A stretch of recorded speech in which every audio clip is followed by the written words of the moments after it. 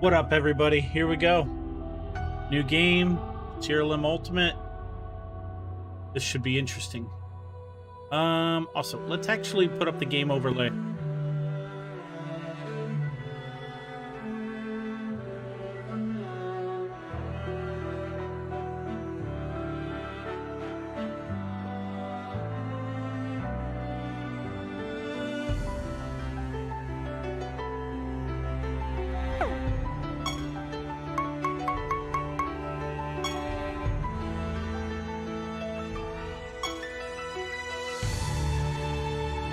Last, I've found you. Do not be alarmed. This is merely a dream. Why is the music gotta be so loud?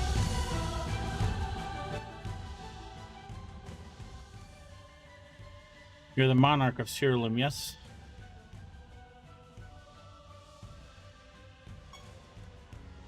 You try to say yes, but this happens to be one of those dreams where you can't speak. You also try to nod your head, but you can't move either. Ooh, what a relief.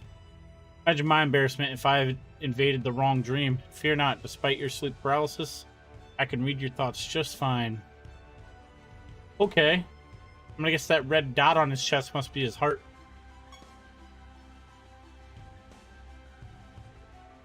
Now then, what should I call you? Well...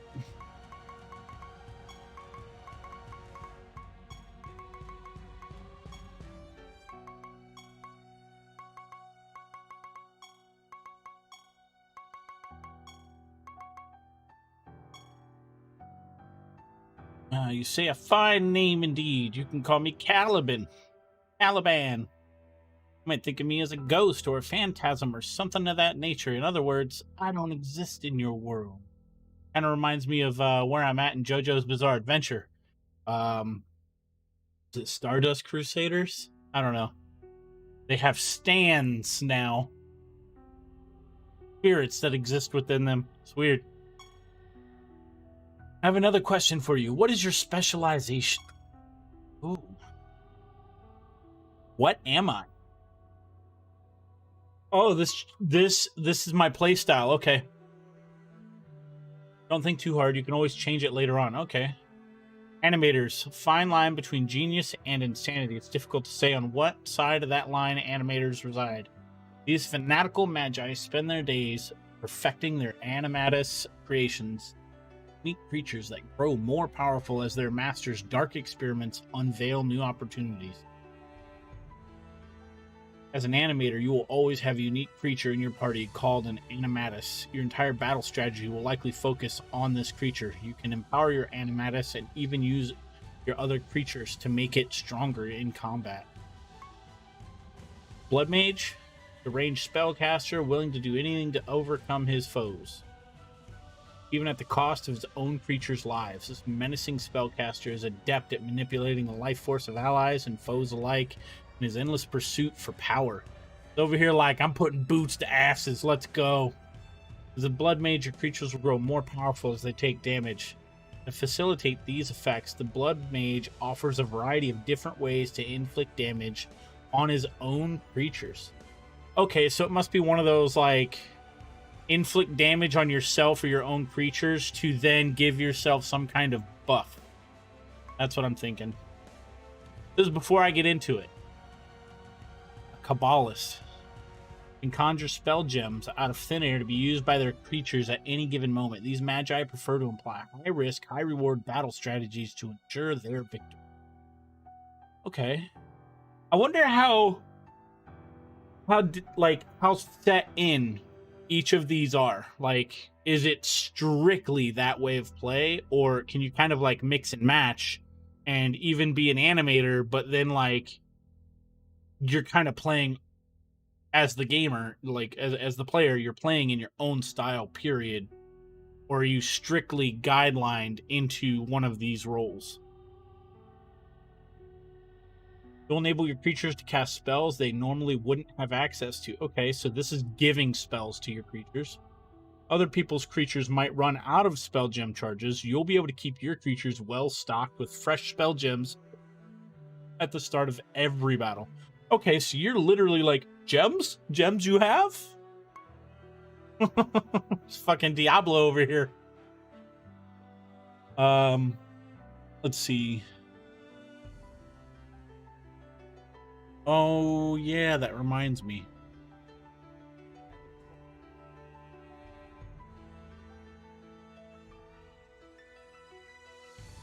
I have to do this real fast. It is my fault for not having this done ahead of time. I really don't know what to expect out of this game. I hope this is like an old school feel.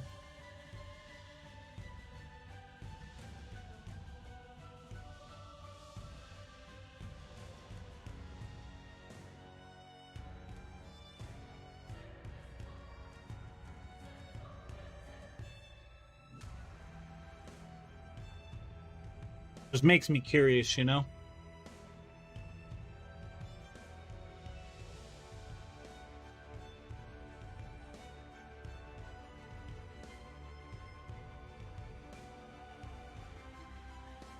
Wonder if I'll ever use moves.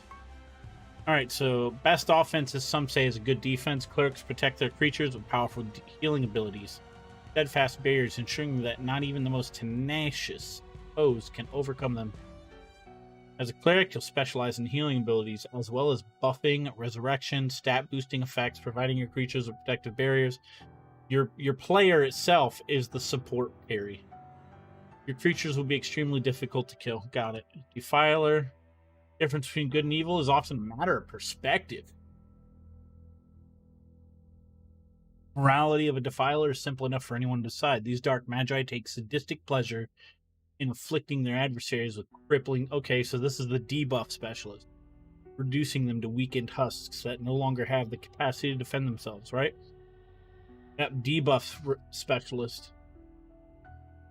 Debuff and stat reducing effects. Enemies so weak that your party will be able to easily pick them off, even if they were originally much more powerful than your creatures.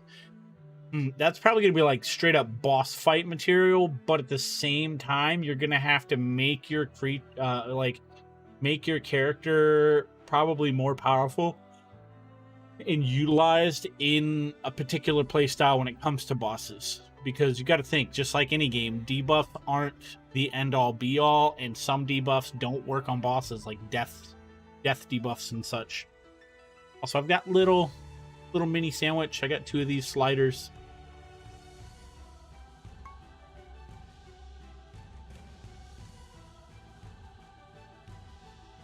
Volker, ultimate spellcaster. They excel at casting enhanced versions of spells.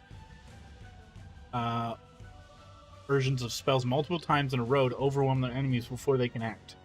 As an evoker, you will empower your creatures' spellcasting abilities. Your creatures will be able to cast the same spell multiple times in one turn.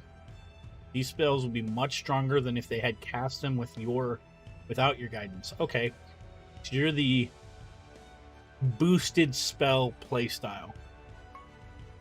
Multi-spell boosted playstyle. Hell Knight, careful planning, uptight caution, nothing but a cause to doubt oneself. Are you like... Hell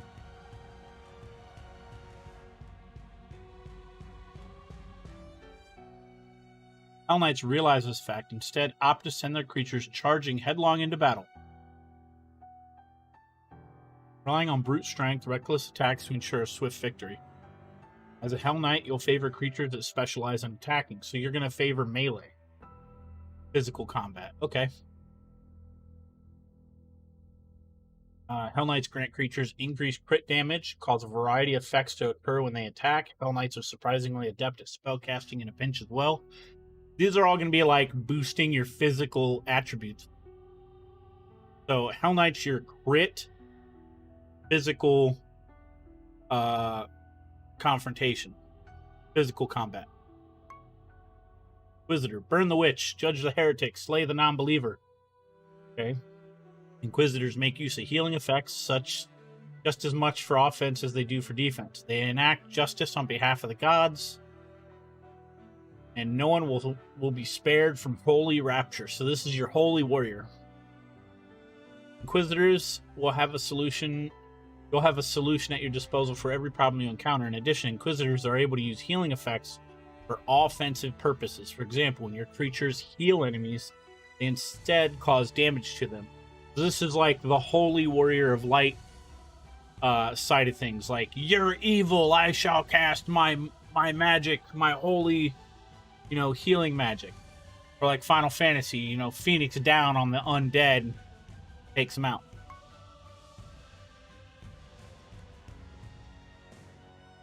Monk, this is going to be probably our all-out attack. Strong defense is unnecessary when your foe is unable to strike you in the first place. Monks grant creatures unmatched agility, enabling them to dodge incoming attacks and spells, respond to devastating counterattacks. Okay. Will boost creatures' chance to dodge attacks and spells. When your creatures dodge, they'll unleash a devastating counter on attack and enemy. Okay, so this is our counter specialist. All dodge and counter. So this is straight up the go-to combat specialist. All about the dodge and the counters. That's fine. The Necromancer. Hey, I never say no to this class. Let's see. Necromancers prefer to overwhelm their foes by summoning minions to aid their creatures in battle. Enemies are often so perplexed by the number of undead monstrosities charging at them from across the battlefield that they're dead long before they realize what even happened. Style: summon minions to aid your creatures in battle. These minions can do all kinds of things to support your creatures. They can cause damage, boost your creature's stats, debuff enemies, and more. Okay, so this is all about minions. This is minion stacking for support and offense. Pyromancer. Quite literally thrive on watching the world burn. Yeah, burn, baby, burn.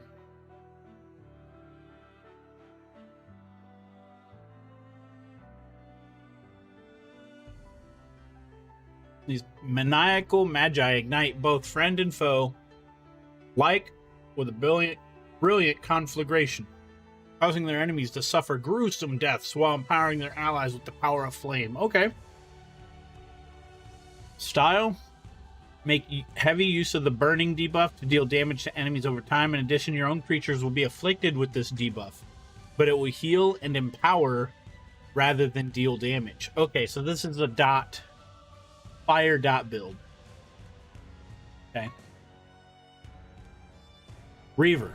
Perseverance, an iron will, and a touch of insanity are the perfect recipe for victory.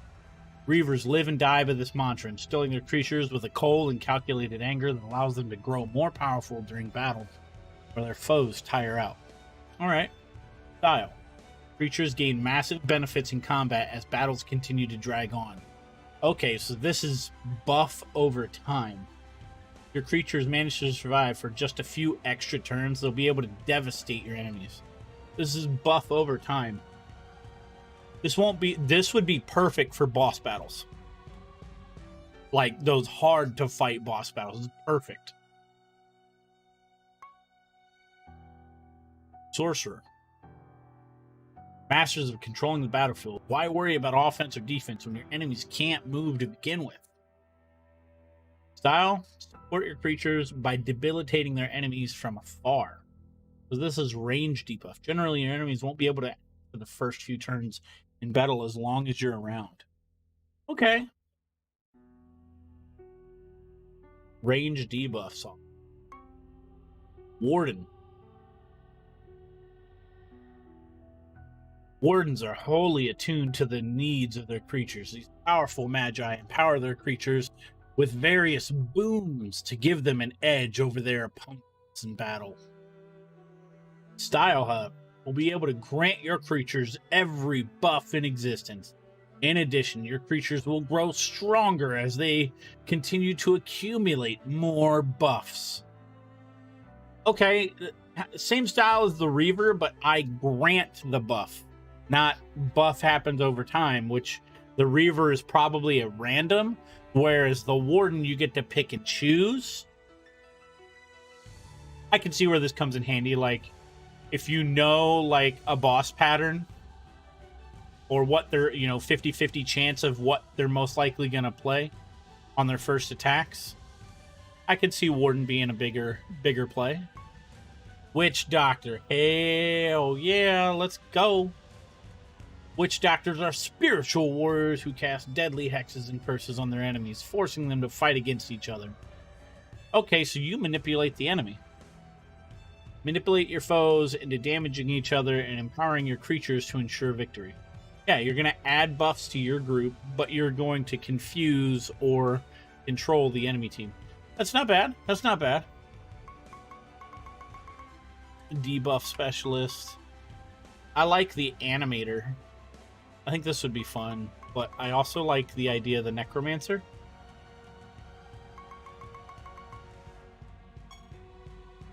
Wow, you took so long to tell me your specialization that you slept well past your normal waking time. I'll get right to the point then.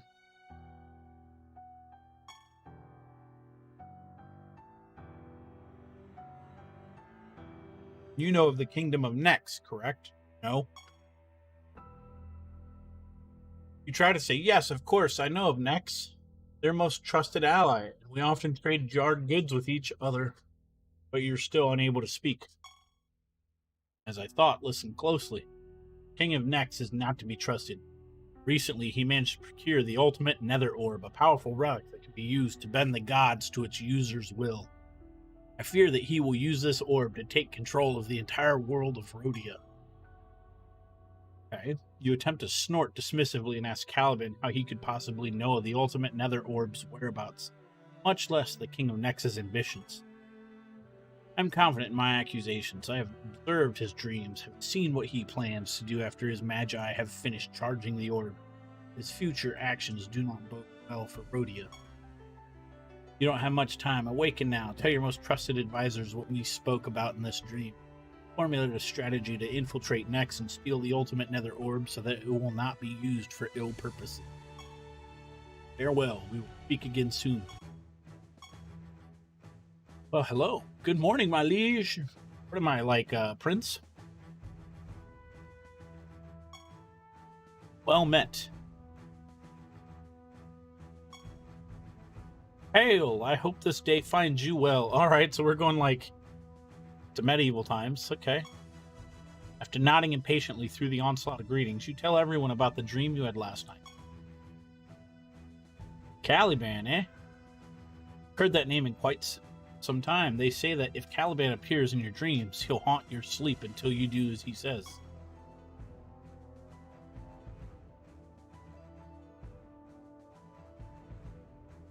Damios has the right of it, at least as far as the rumors claim. All sounds a bit superstitious to me, like how you're supposed to bring cats aboard a ship for good luck, or how you should kiss your granny on the lips while her mouth is full of porridge to rid yourself of disease. Anyway, I say we wait things out and see if Caliban shows himself again. No sense in worrying about something that might have just been a trick of the mind. Indeed, as for me, I don't believe Caliban exists at all. Just an old story to help pass the time in the taverns is all it is. Sudden, unimaginable pain spurs up the back of your neck and through your forehead. You wince from the agony of it all, and before long, your vision fades into darkness.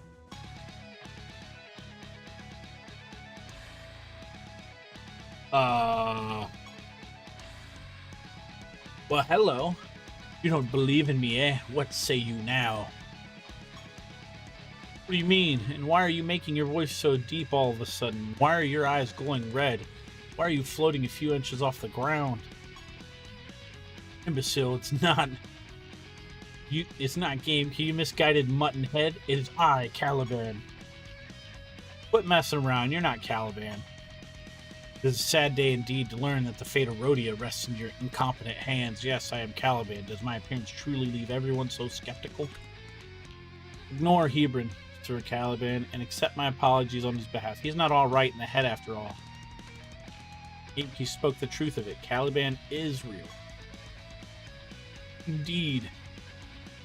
The story was true after all. I am sorely disappointed at how much time we're all wasting prattling on about absolutely nothing. Now listen closely, as we don't have much time. You must travel to Nex and capture the ultimate nether orb before it's too late. Rally your men, summon your most powerful creatures, get on with it at once. There's no way I'm letting GameKey get into any sort of danger. Damios and I will handle this. I will try to be diplomatic about it at first, see if the ultimate nether orb even exists in Nex, as you claim, and see about taking it someplace safe. Come, Hebron, we shall take our leave immediately. Everett, while we are away, work with GameKey to warn the other gods about Nex's ambitions. Try to rally them to our cause. If our visit to Nex doesn't go according to plan, we'll need all the help we can get.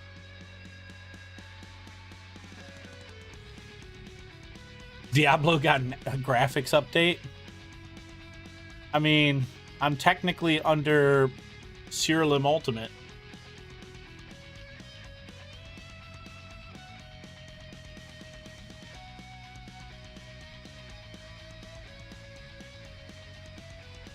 How you doing, Hypnotic Lands?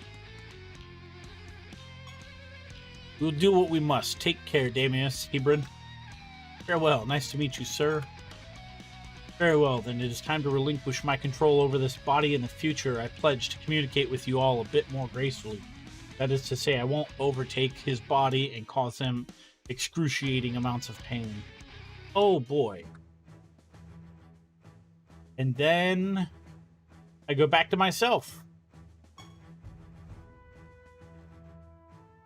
GameKey streams Diablo. This has to be D4. Right? I saw this, the missus chipped in and was willing to help me get it. I was only willing to spend about $10.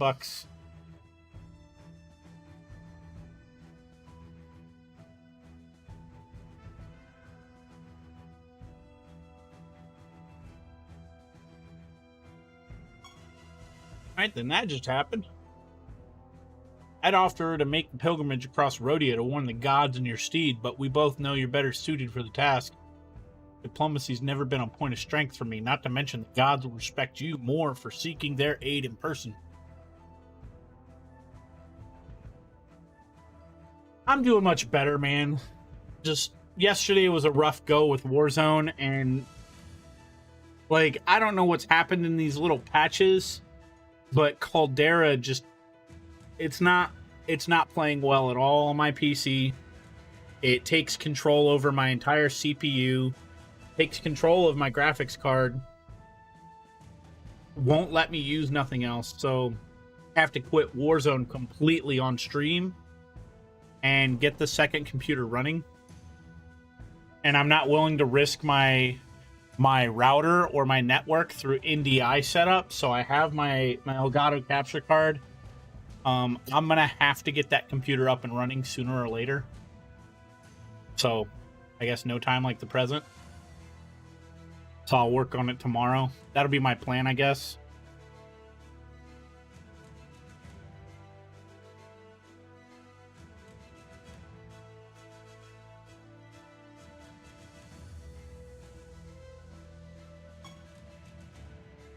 Let's see, it's been a while since you've been out and about, so let's spend the rest of the day getting you back into the swing of things. When you're ready, say the word and we'll begin your training.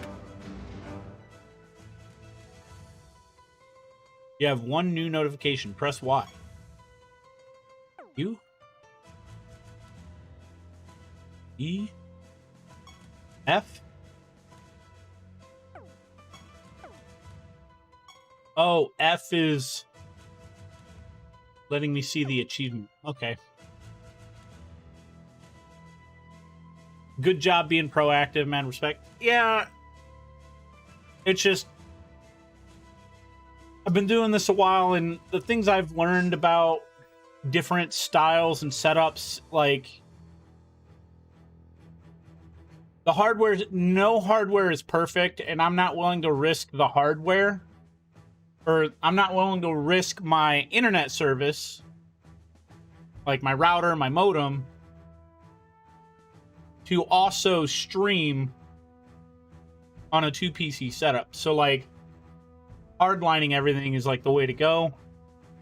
I'm just worried of what the quality what the quality will look like, and that scares me because I want to be able to give you know, a what I see is what you get kind of quality to you guys, because it'd be like watching TV at, you know, 240p, 480p, you know, like we used to in the 90s. We didn't realize it. but like watching it on a big screen and how shitty it would look. You know what I mean? It's like going to the movie theater and you're watching it in 160p on the screen. It's just not good.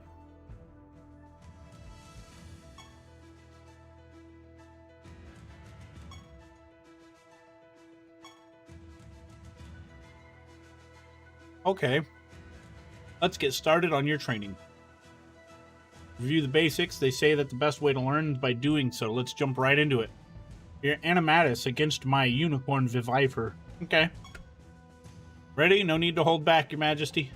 Alright, we're royalty.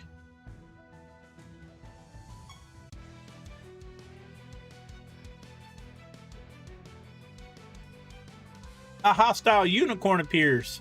Oh my god, it's a creature of great myth. Let's attack it.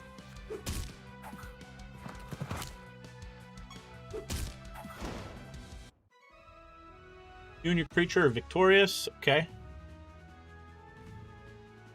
Oh, we're going to gain resources and... That was unexpected. I had no idea you had merch. I might get some next time I get paid.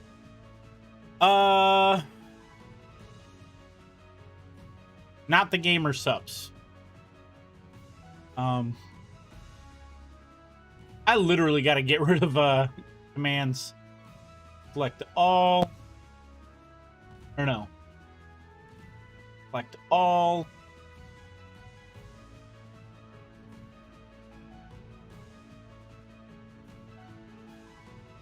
And disable. The gamer subs is no longer a thing.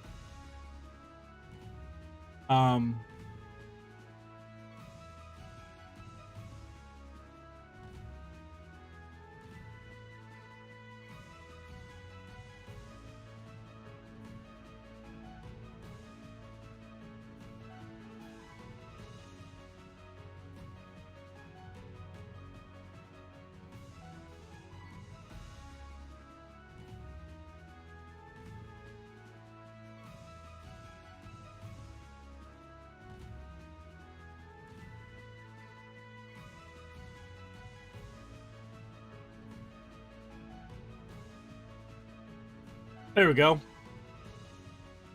Oh, a tank top. Saw what you had on your chair. Yeah. My Twitch hoodie from St. Jude.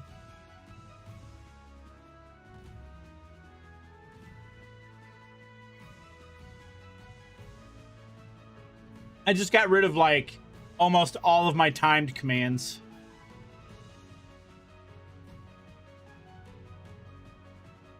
From our old system, because they keep running like gamer subs and whatnot, and gamer subs is not a thing for me in my community anymore, or at least for me. All right, we gained a level. Well done. Battle's fairly straightforward since both of us have only one creature. Later, you'll be able to take up to 6 creatures with you on your journey. You'll fight up to 6 enemies at a time as well.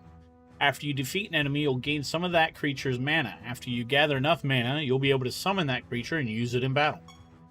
Since you defeated my creature, you have enough mana to summon your very own unicorn. Oh, what you had on the chair, though? Went checked the profile. Well, thanks, man.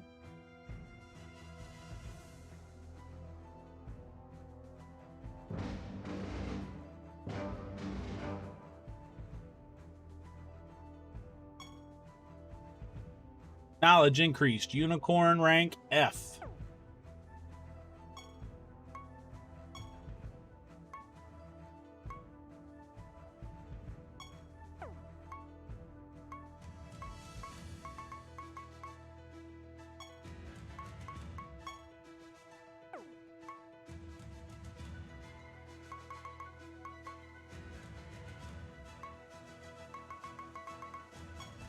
Ah, here we go. Audio, thank God.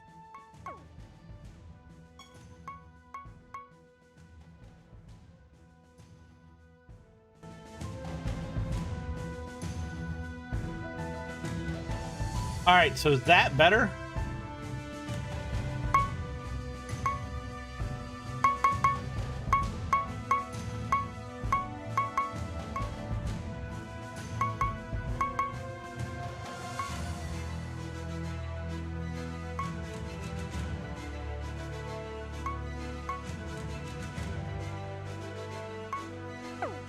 Thank you, Hypnotic Lands, for the support.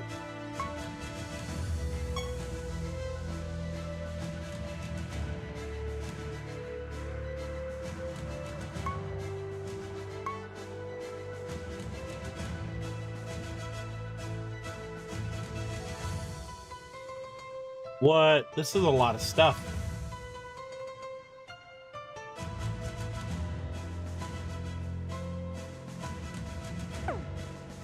You know what? I have a controller plugged in.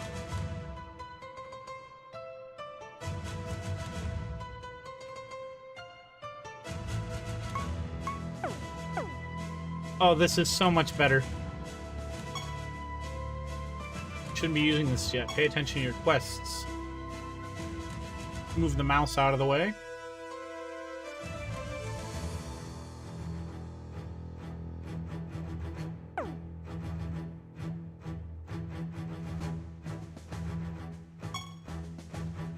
Master, I could use some rest. Perhaps we should call it a day and take a nap.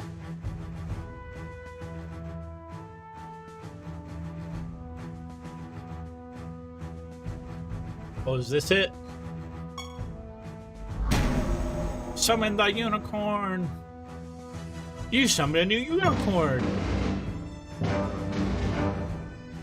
Onward and upward. Very good. Unicorn will serve you well as... Always remember to check the summoning brazier to see what new creatures you can summon. Okay. Next, you should take a look around in the castle and familiarize yourself with its facilities. Your first step could be the menagerie. You'll find it in the western wing of the castle. Speak with Norda once you get there to learn more about it. I guess that's right here. You're gonna go to the western wing of the castle. You can clearly see it, but it's right here. Is the music still too loud, or should I turn it down some more? Because I have the stream at 70% in-game, roughly. And then I turned it way down, and it still feels loud to me. Good day, Your Majesty. Welcome to the menagerie. What can I help you with today? Explain the ins and outs? Great question. I'll take care of your creatures for you while you're on your journey. You can only have up to 6 creatures in your party at a time. So you can leave any extras here. I'll ensure they're kept in tip-top shape. That's to say, I'll make sure they don't die of starvation or severe dehydration. Okay. So it's not like a Pokédex, like the Pokémart, where you can just leave them in the Pokéball and just, they're okay. This is like straight up, hey, we got to take care of these bitches. Okay, okay. You can return to the menagerie anytime to swap out creatures from your party if you'd rather take another one with you instead. Lastly, use the menagerie to change the order of the creatures in your party. I tend to allow my favorite creatures to take the lead, but this is mostly for cosmetic purposes anyway. That's all there is to it. When summoning a new creature, be sure to visit the menagerie to configure your party. Farewell.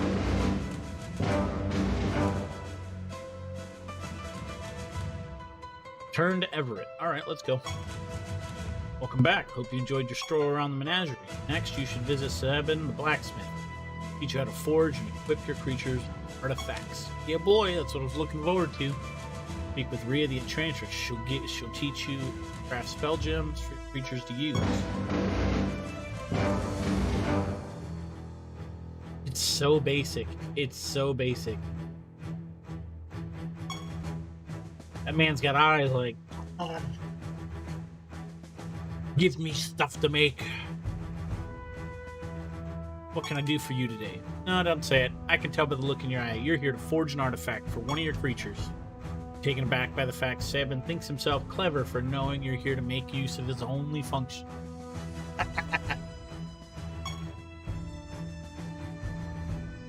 Oh no, I can also tell by the look in your eye that you think I can only forge artifacts. The matter is that there's plenty more that can be done to an artifact after it's been forged. Let's not get ahead of ourselves. First, I'll explain what artifacts are. Swords give boost to attack, boots increase creature speed. They can equip okay, so creatures can only equip one artifact? Or can they equip a full suit of gear? They come in 5 different varieties: swords, shields, staves, boots, helmets. Type of artifact determines the primary stat that it boosts. To create an artifact, speak with me and choose Forge. Give it a try right now. Okay. Create an artifact.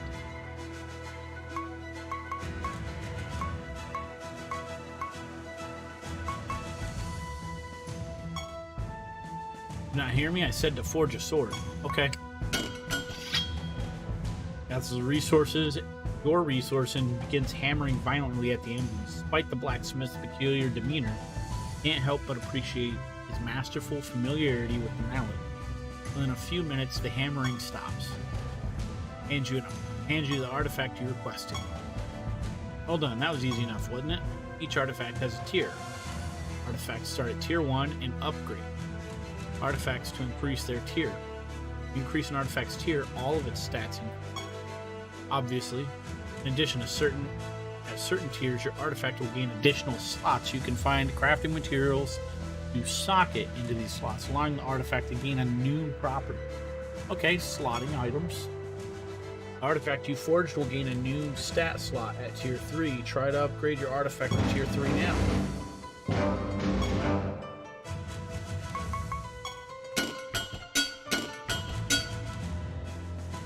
Whoa there.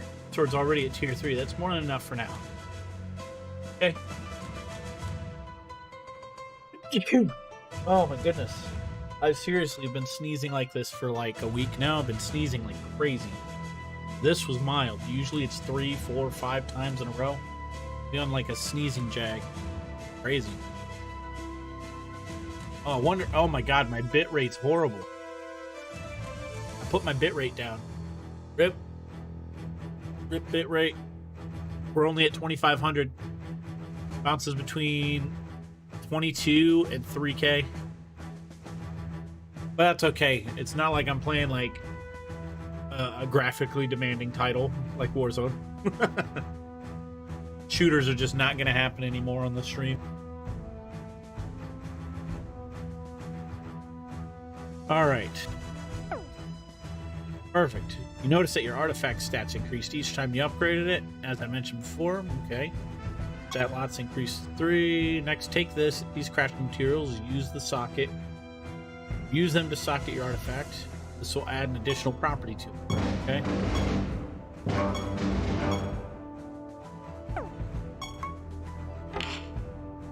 Very good. As you continue to upgrade your artifacts, you'll unlock new slots. Some slots are much more interesting than stat slots and allow your creatures to do all kinds of crazy things in battle. That's a discussion for another time. Okay.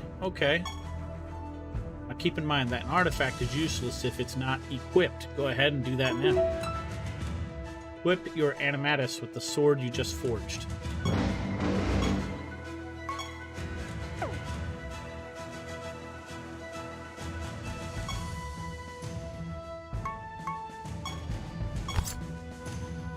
There we go.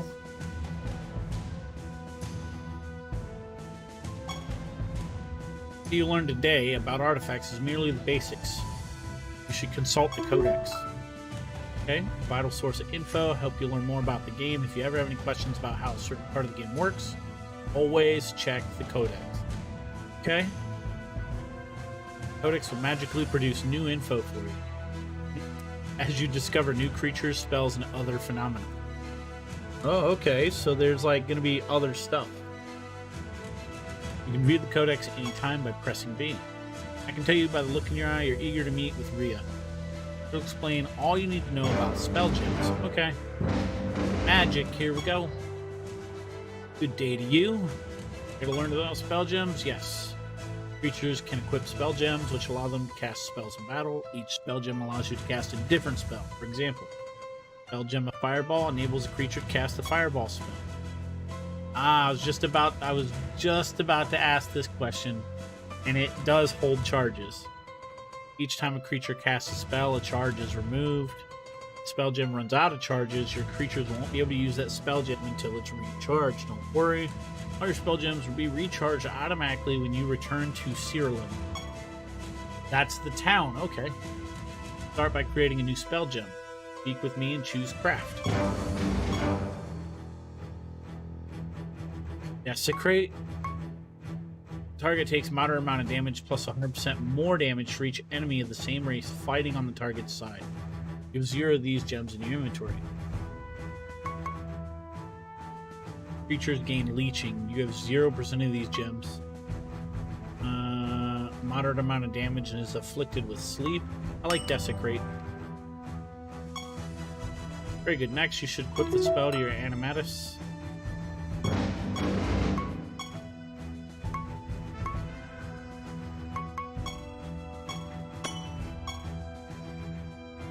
Much like artifacts, spell gems also have a tier. You can upgrade your spell gems to increase their tier, which increases the potency of the spell. Spell gems will also gain a new slot, which can be enchanted to give that spell gem a new property. These properties change the way the spell works. Okay, wow. Okay, so a lot of things are getting sockets. This is interesting. So we can upgrade our artifact, which could be a weapon or a defensive item that give us a stat, but then they get properties that can boost, or they get a socket, which then can be enhanced to do more random stat. So why not just boost the stat you're equipping for? But I mean, the magic gem does the same thing. That's kind of cool. Keep an eye out during your travels for inscriptions. These items can be used to discover new spells for you to craft. That's all for now. If you have any other questions about spell gems, remember to check out the Codex. Take care.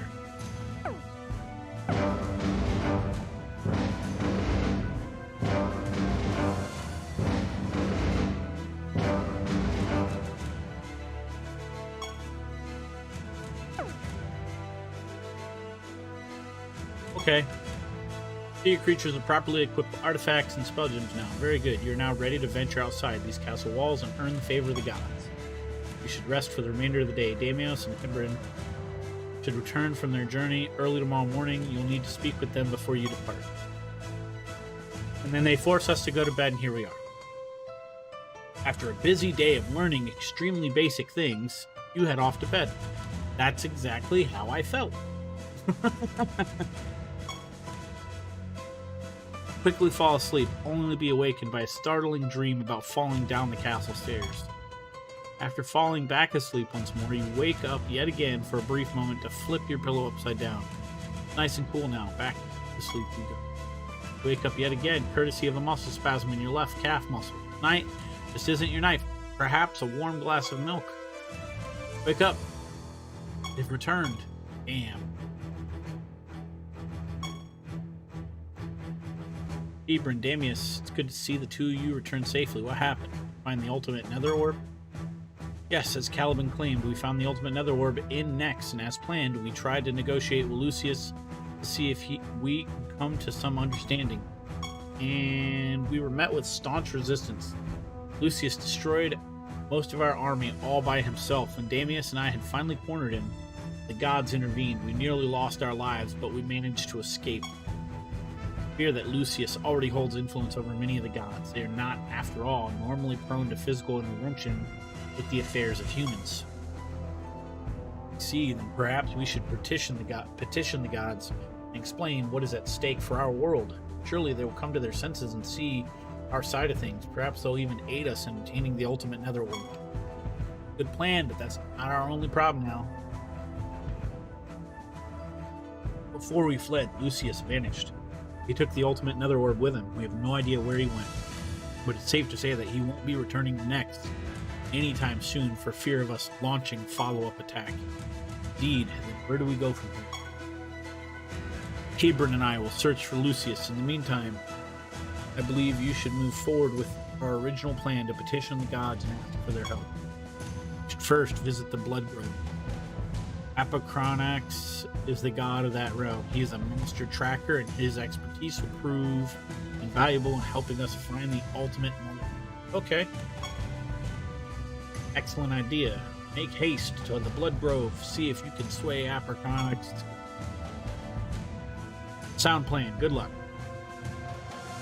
I'll begin our search in other realms so we don't pull all our eggs in one nest.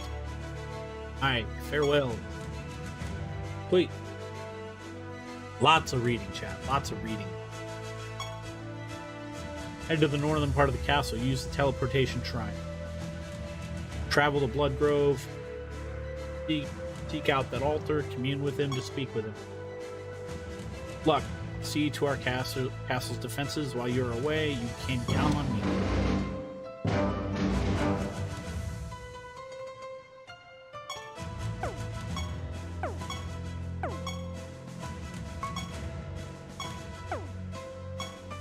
Creatures.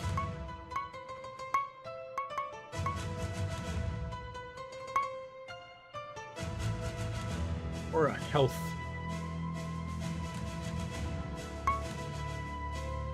You're an attack.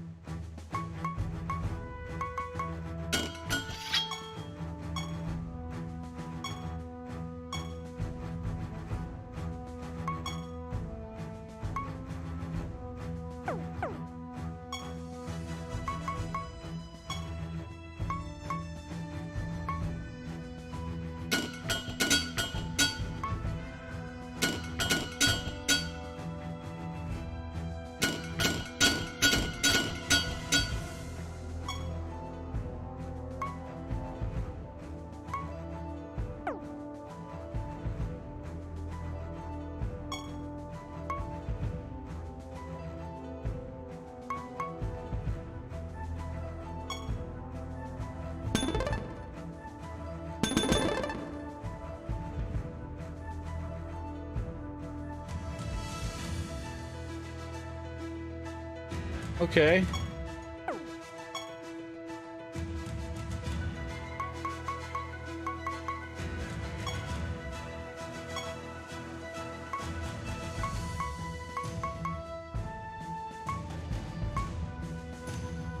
Yo, that's a lot of stuff.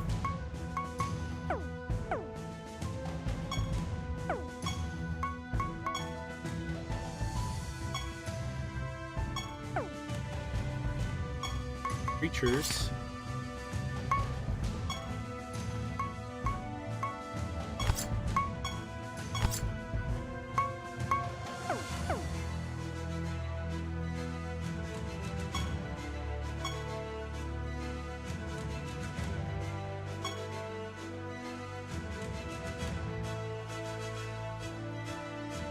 What makes Siralim Ultimate the best game it could be? Yo, good to see a fellow Siralim player. Yo, Riku EXE.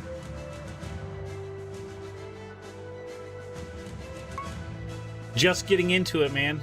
First Siralim game. It looks like it's right up my alley with old school RPGs. So I figured, why not? Why not give it a shot?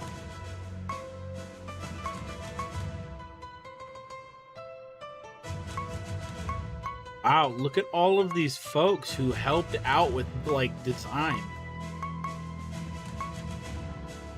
That's awesome. Design an NPC.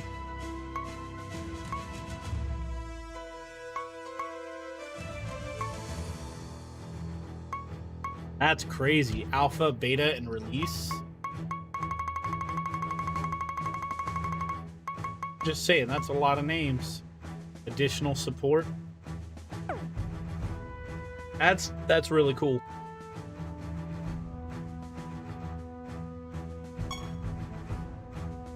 The higher your realm depth, the better your rewards. Blood Grove.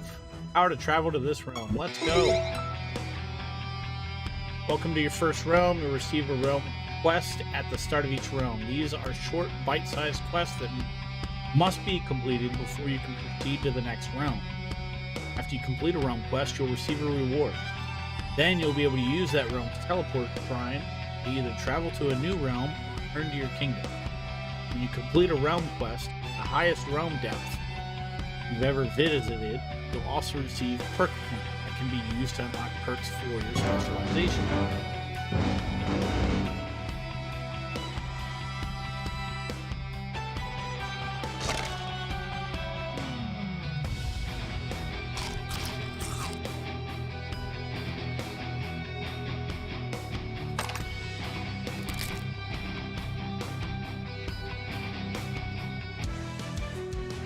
Okay. That guy ended quick.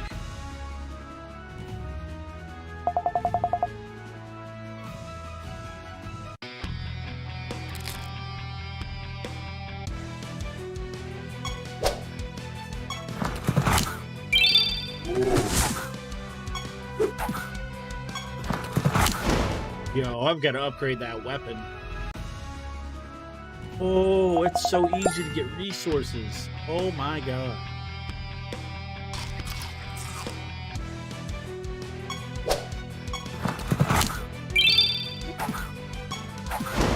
It said something was ready.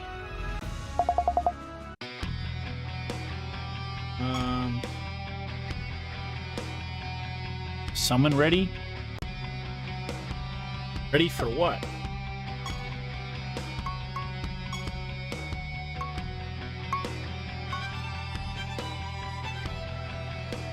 I don't understand. What's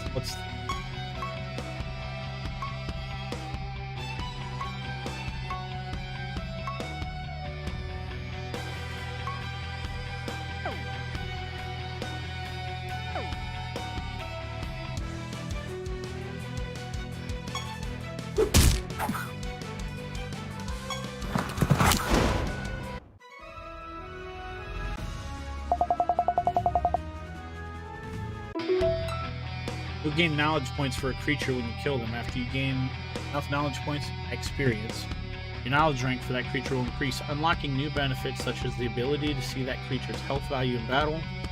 Oh, okay. To view all the knowledge you've collected as well as what specific benefits you've earned for each creature, press B, open the menu, choose Bestiary. Oh, that's cool. That is super cool. So you're forced to fight to gain the knowledge on how to play that creature better or fight that creature better. That's really cool.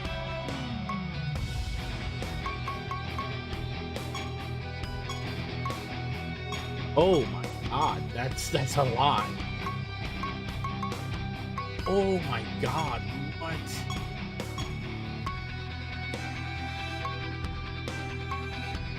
Yeah, why does it say ready?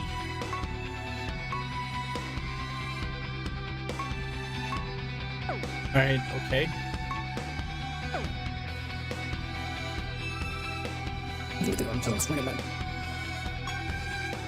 Thanks for the materials here. Take this.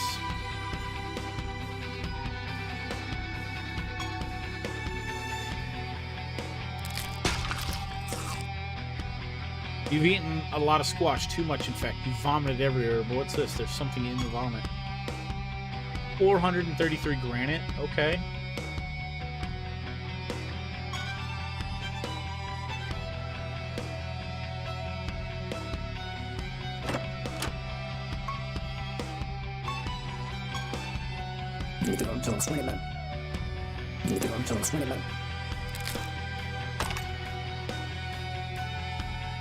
This is really neat. I like this. Aventuring. Taking the enchanter, add the following property to your spells. Okay.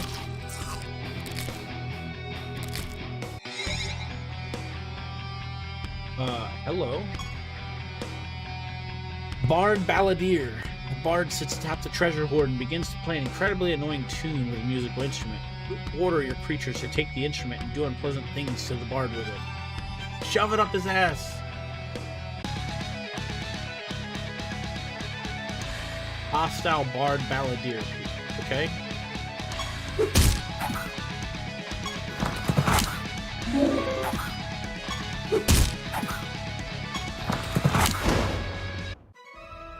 And your creatures are victorious. That is a lot in rewards.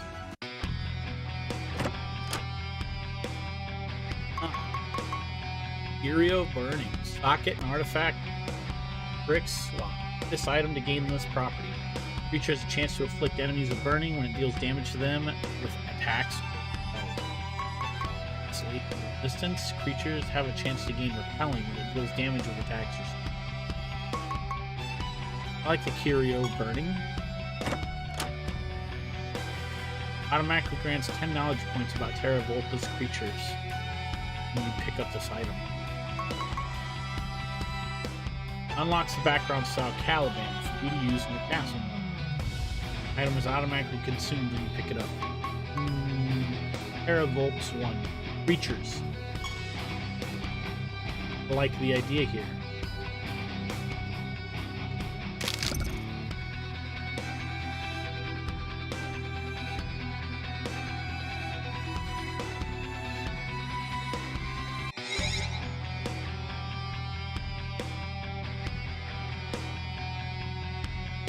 Blue Amber. Okay, let's go.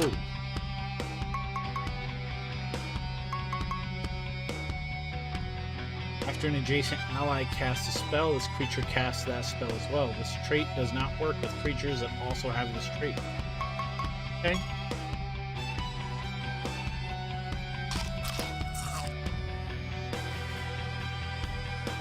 Plate of Rebirth.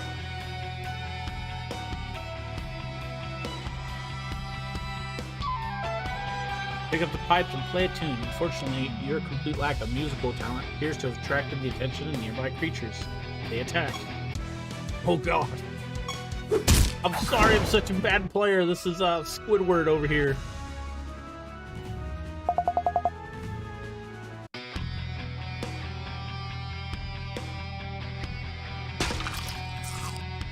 Something in the vomit. Oh no. Take the crystal. Smells bad, doesn't taste much better.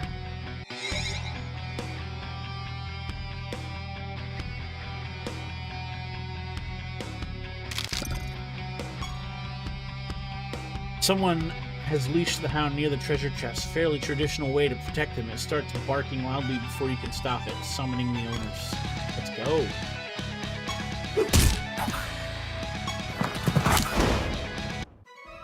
God.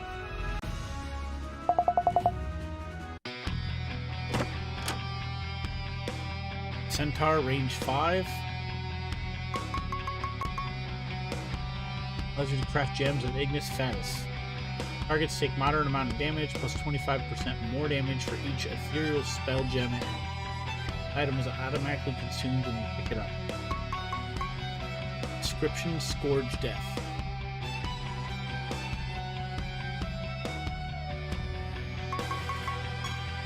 Take 1 inscription. Bard Balladeer 3. Okay. We've become savage. Emblem of Apocrinex. This rare item can be used to purchase powerful items from the active god. Hell yeah. Oh my god, loot all these achievements.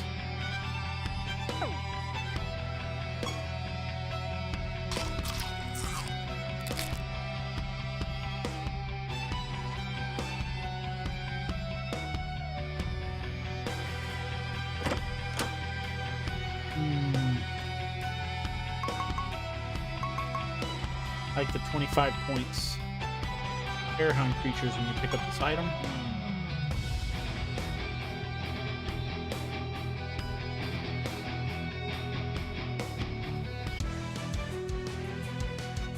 Alright.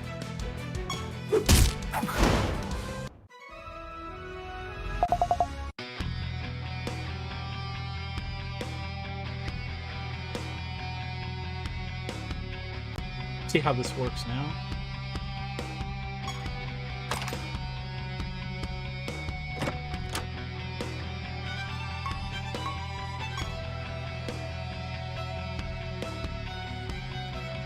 I saw the statue, so I ain't worried about it.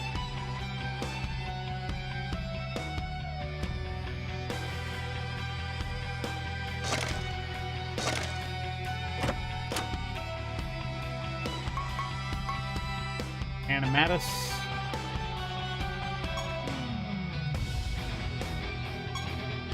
Fury of Bombing, Gloss of Amber, got Repelling.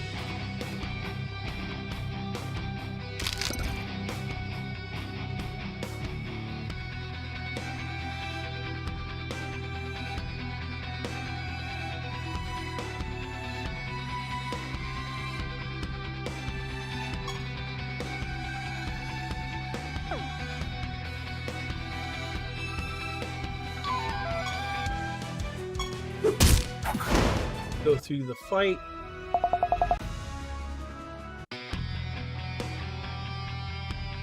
I'm sure that weapons are about to become stupid.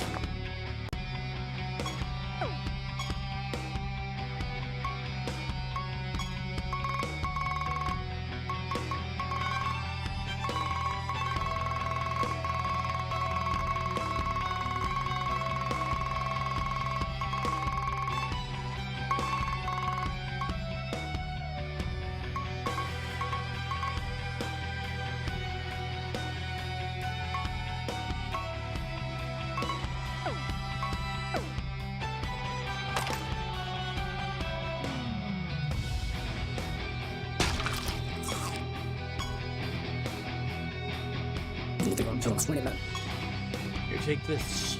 Okay.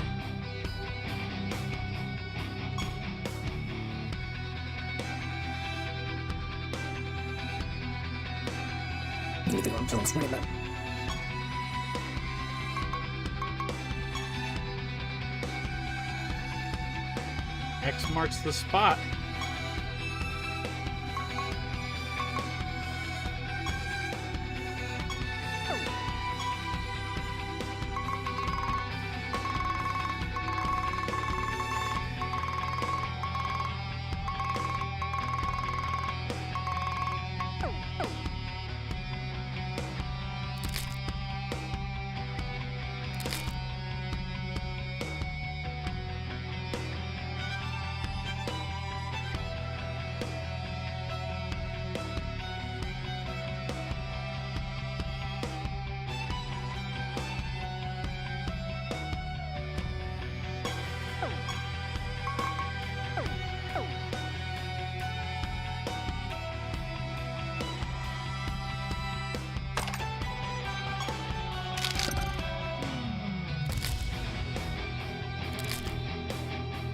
This is kind of crazy.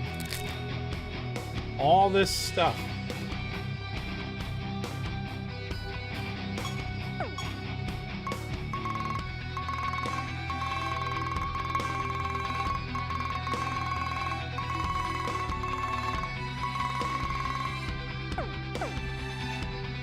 All right.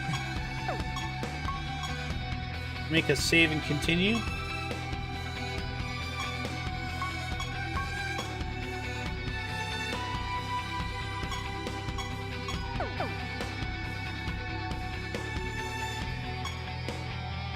Approach the altar depicting Ampertronox, god of the hunt. The altar is beautifully carved. You seem eerily realistic in its appearance.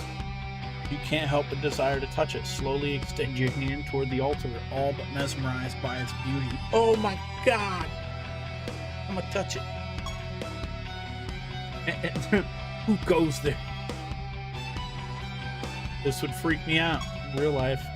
After taking a moment to recover from your startlement, you explain the current situation. Ultimate Netherorb. Yeah, I've heard of it. Truth. I always thought it to be a myth.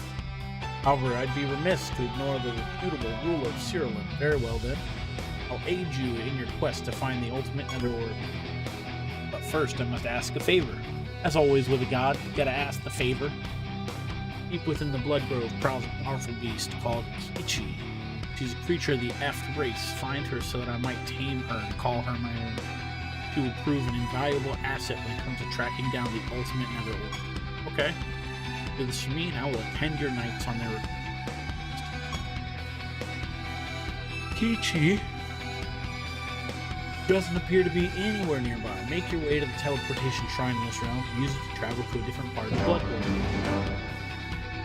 Completed a realm quest. Gain 200 favor. God of the hunt. Your fortune increased by 20%. You earn some treasure. Grants a perk point that can be used to unlock perks for your specialization. This item is automatically consumed when you pick it up. It can be used to purchase powerful items. Nah, we want perk points, I think. After you complete a realm quest at the highest realm depth you've ever visited, you earn some perk points. Spend these points to unlock perks that are associated with specialization. Spend your perk points, press B to open the main menu, choose character, then perks.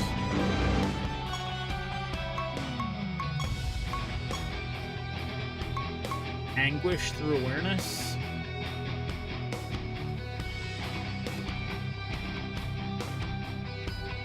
Random buffs. That's pretty dope. Hogmine.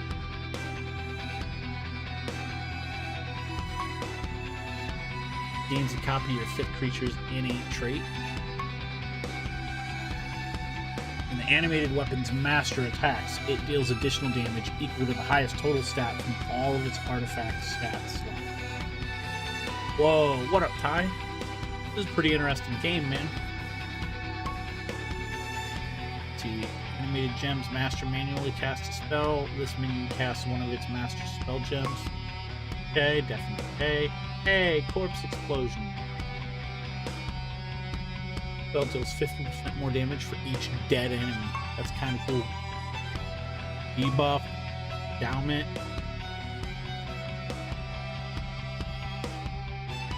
Whoa, a lot of these are gonna get crazy. You played the Warden? Nice. I went with the first one since they said we can change, so.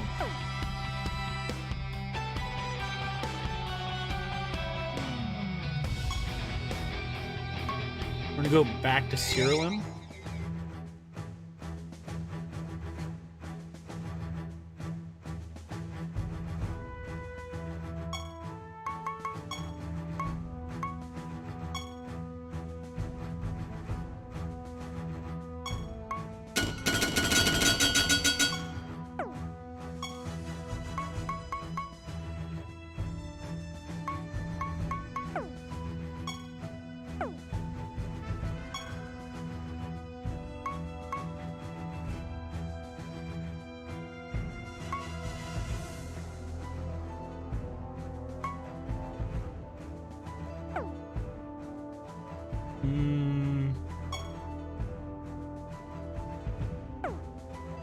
Interesting, but okay.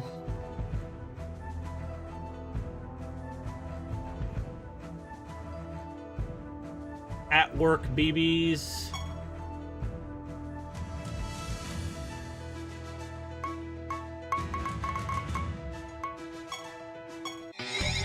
Blood Grove. Since Kichi's not here either, continue your search in the deeper part of the Blood Grove.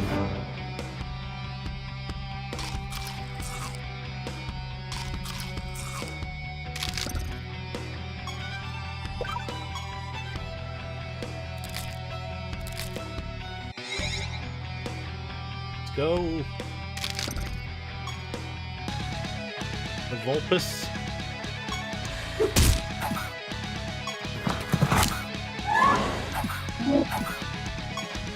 Oh my, there's some things here. I didn't even realize the Balladeer here on the left. You and your creatures are victorious. Good chunk. 50 favor with the god.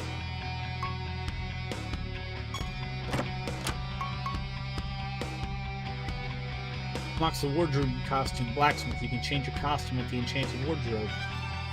Okay, this item's automatically consumed when you pick it up. Okay. I like the idea.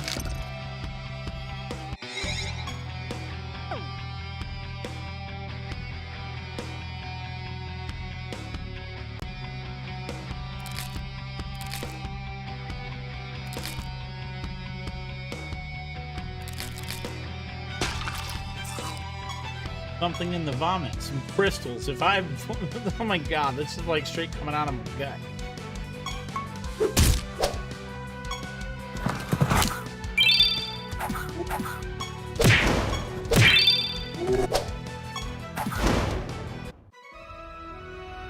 We're victorious. Like that TV show.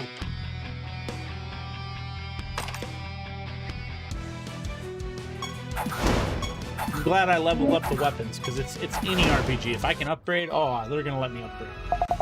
All the way.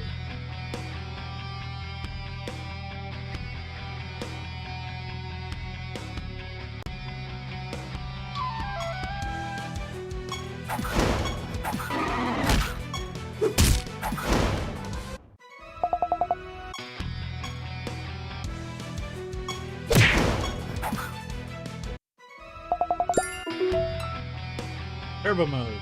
Are battles going too slow for you? Consider enabling turbo mode.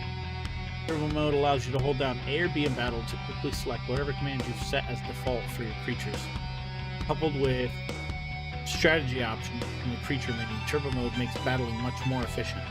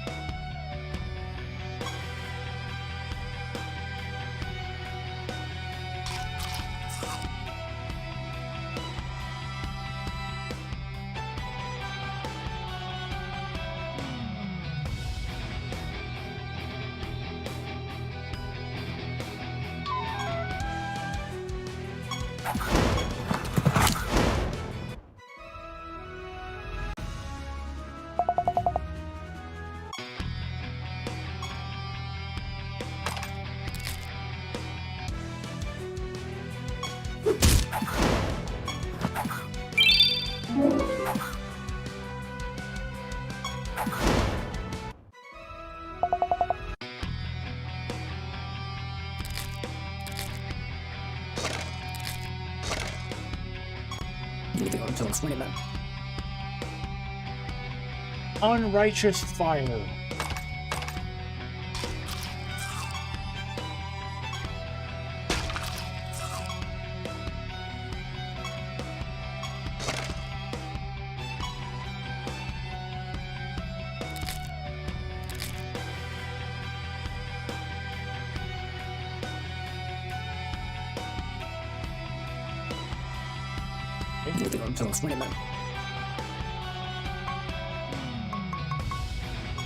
It's taunt.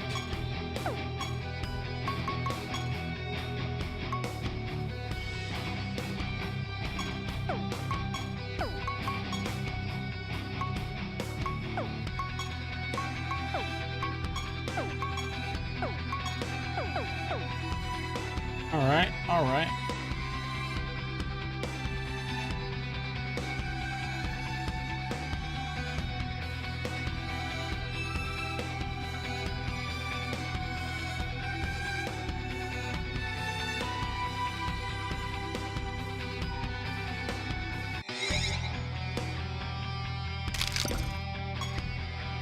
Bard sits atop the treasure hoard. Go do unpleasant shit with it.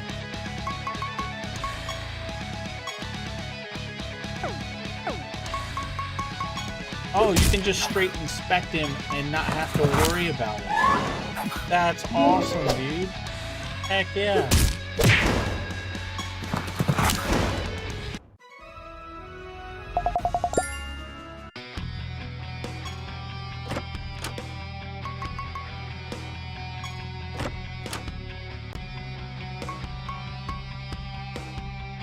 Locks the floor style Forgotten Lab for you to use in your castle. Inscription, huh?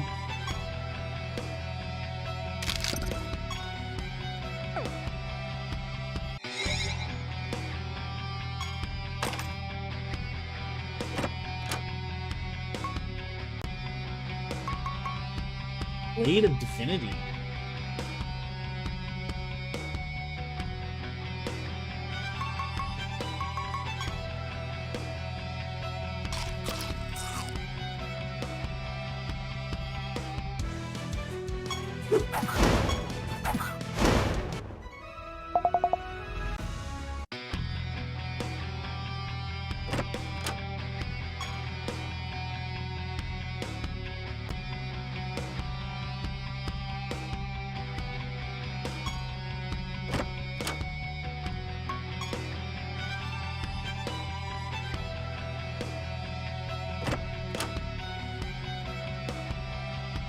Place this decoration in your castle. Items automatically consumed when you pick it up.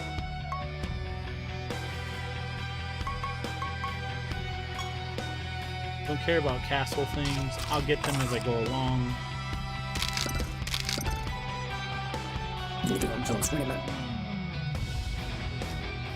Yeah, baby.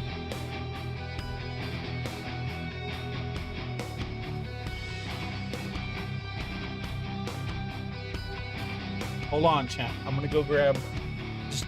I need something to snack on. I haven't like eaten anything today.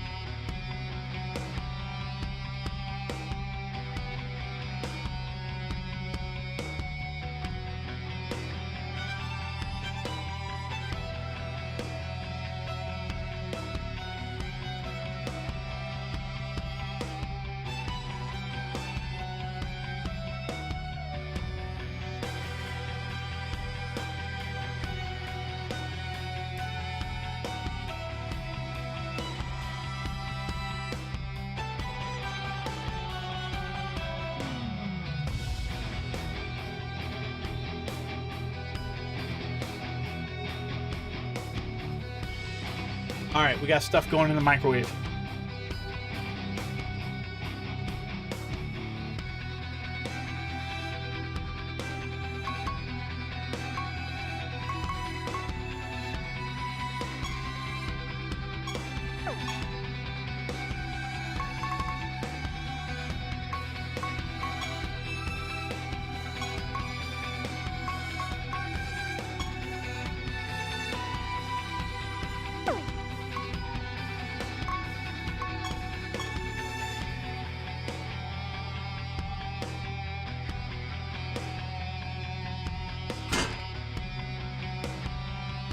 Oh, okay.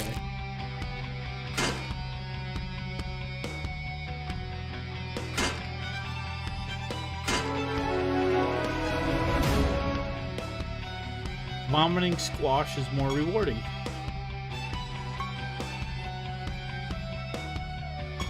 Love you too, baby.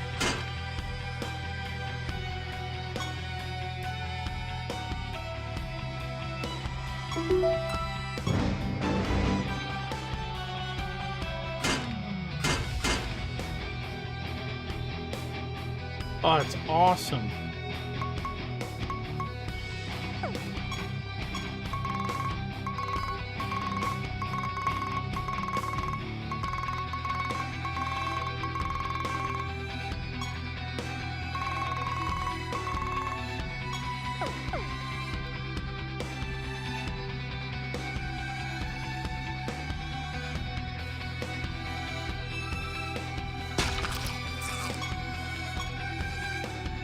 Vomiting squash? Yeah, very rewarding. Holy shit.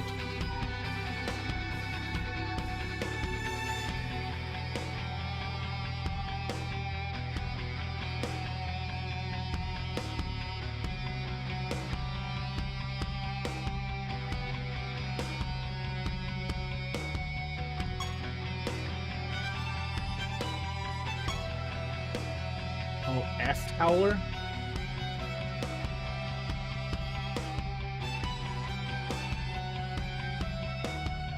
Throat rip. Oh, that's cool.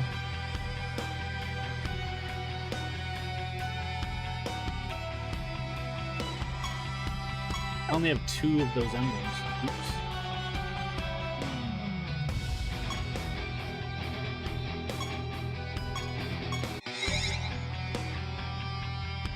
Right place, Kichi's just up ahead. Approach her with caution. She's even more dangerous than she looks. After you weaken her, I will capture and tame her. Let us approach. Have you tried to use the Inspect command in battle yet? Inspection is vital to your creature's surviving in combat. Allows you to view all kinds of vital details. Okay. Level stats, traits, artifacts, spell info, and much more. We literally can look at their entire equipment layout. That's dope. Remember to use Inspect command frequently, especially when you encounter an enemy you haven't seen before. You can also hold down Y in battle to view additional info about the creature you're fighting.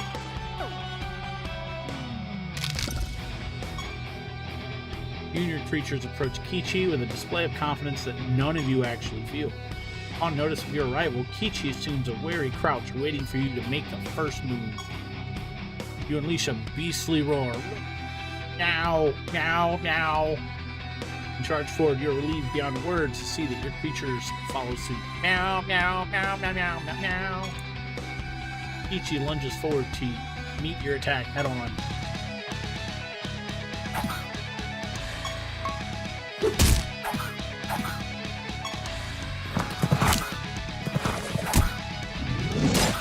Oh my god.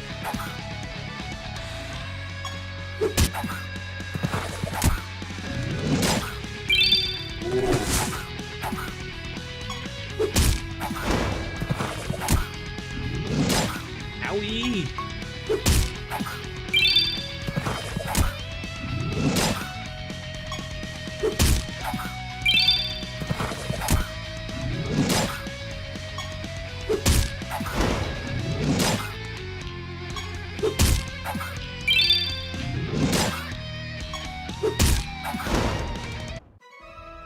Your creatures are victorious.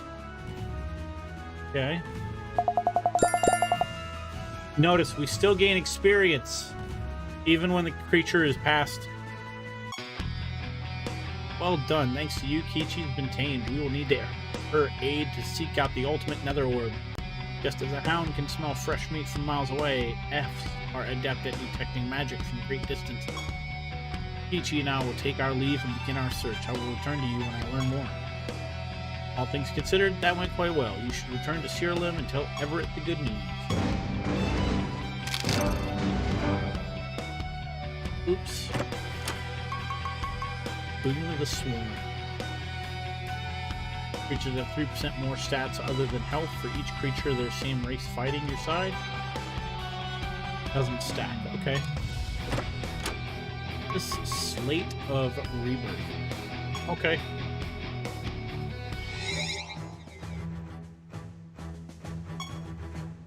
Good to see you. See that you returned in one piece. Did you have any luck rallying Apocronix? Explained Everett that you successfully captured Kichi for Apocronix. In return, he vowed to assist Ebron and Damius in their search. Should have known he'd ask a favor of you first. Very rarely do gods provide their aid to humans without expecting something in return.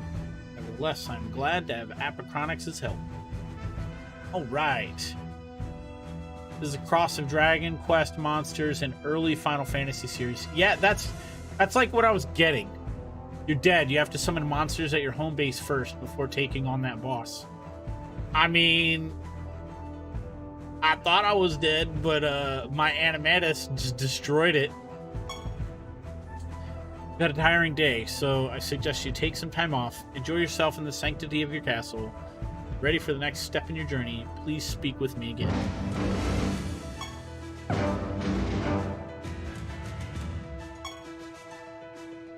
Alright. Terror Hound, Vulpes, Centaur. I could summon that bastard.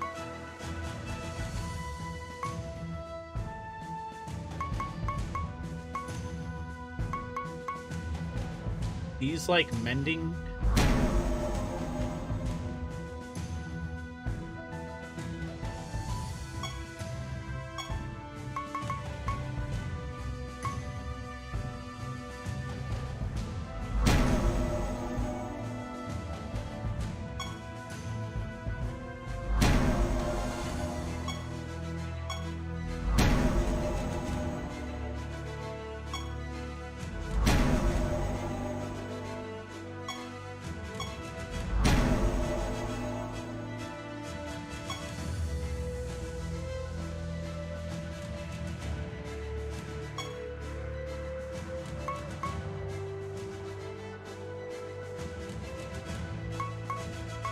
Order, remove artifacts.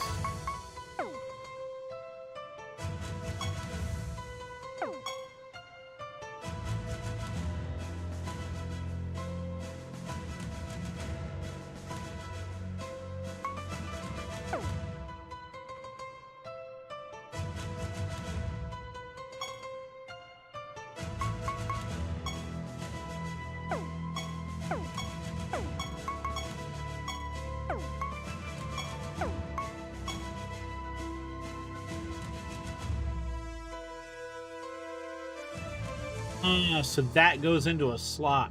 Okay. Yeah, I can have up to 6 in a party.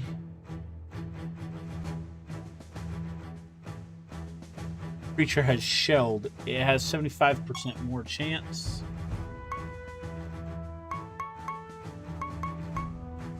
Boon. Creature has 3% more stats other than health. Purple Amber.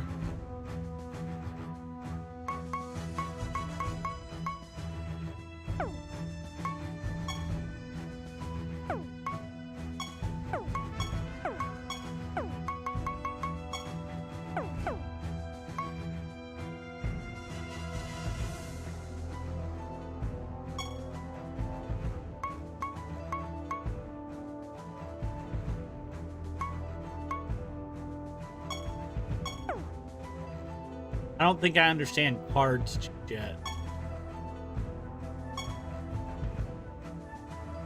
Target takes a small amount of damage, and it takes damage equal to the potency of its bomb. Are there any AoE spells? I would love to have an AoE spell.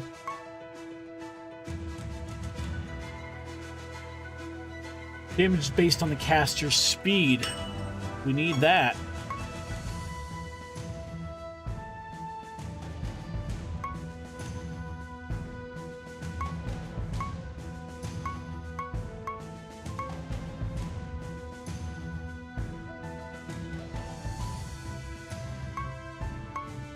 Desperate bid. I don't know about that one.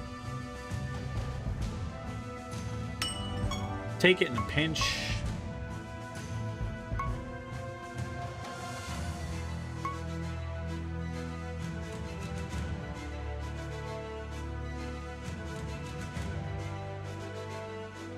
Captions tell if it's AoE.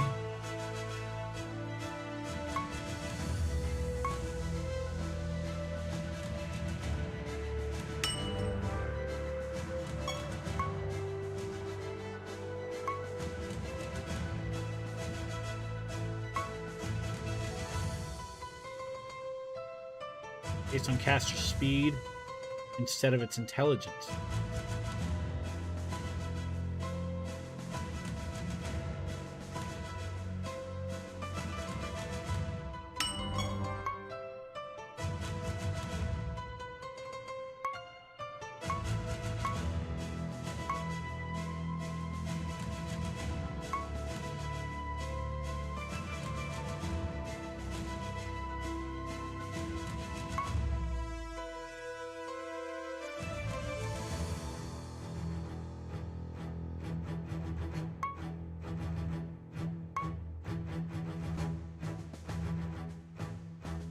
Caption tells if it's an AoE or single target, like target or enemies.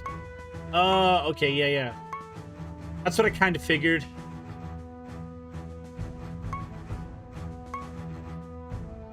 It'll always be like some kind of plural.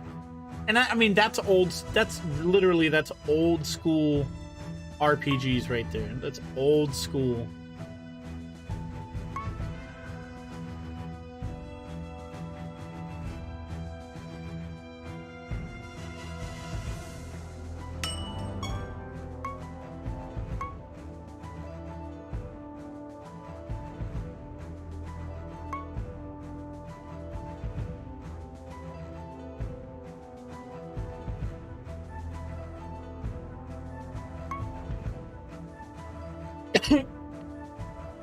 Let's see.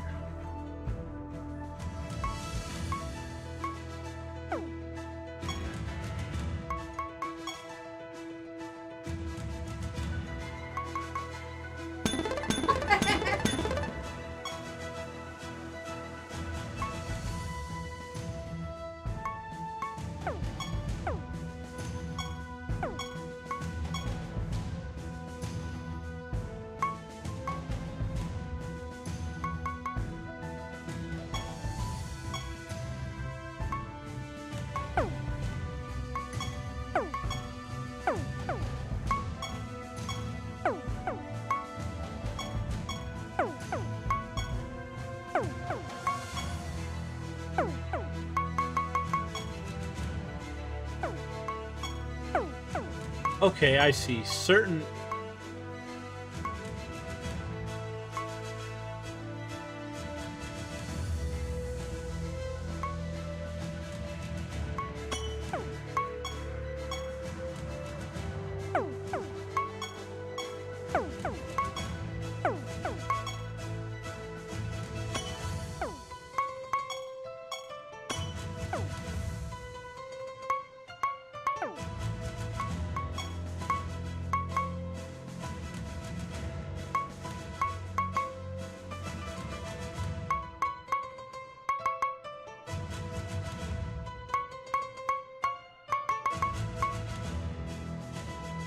That's cool. So, like, do the creatures go up to... Do the levels go up to 100?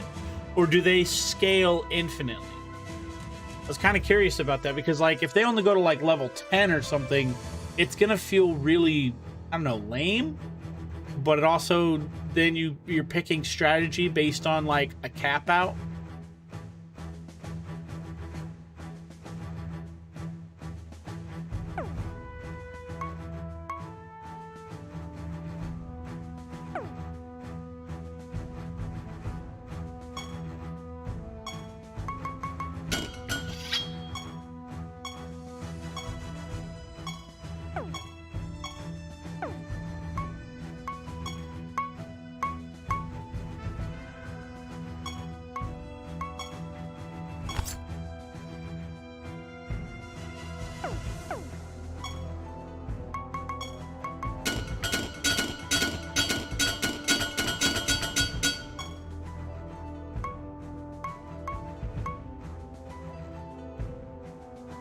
No level cap. Scale's infinite. Interesting. That's when you have like 3 top tier creatures, like stupid high tier creatures, and you just start leveling everything else to 100.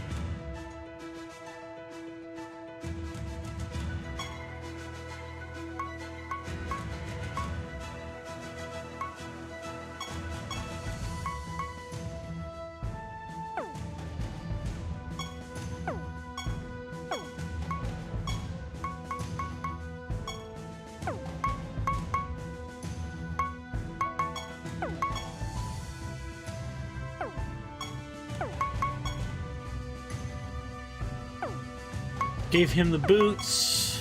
This one, small amount of HP.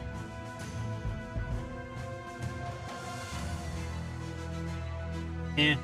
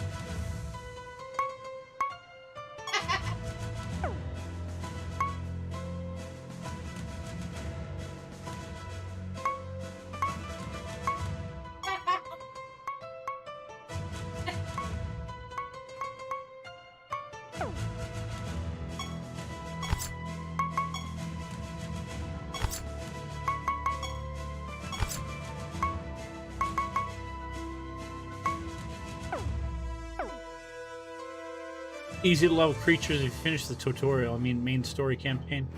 Yeah.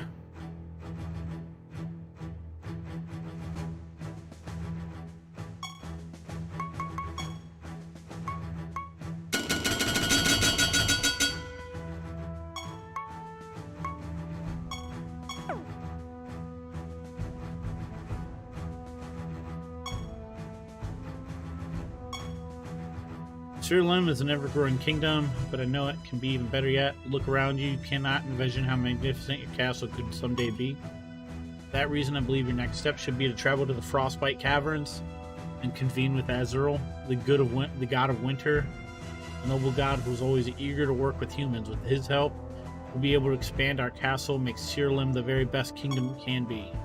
More importantly, Azrael's knowledge will allow us to reinforce our kingdom's defenses. After all, Gods forbid we don't obtain the ultimate nether orb in time.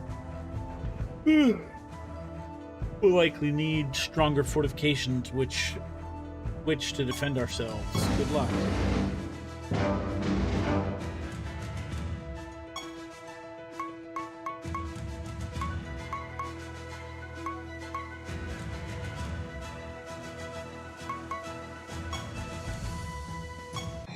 Go. Game only truly starts after you defeat the final boss. Oh.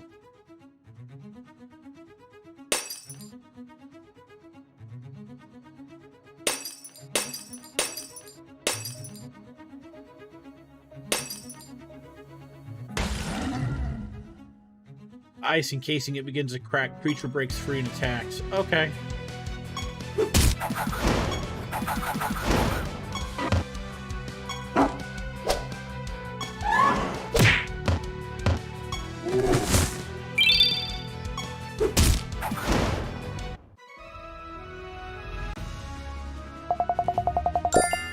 Oh my god.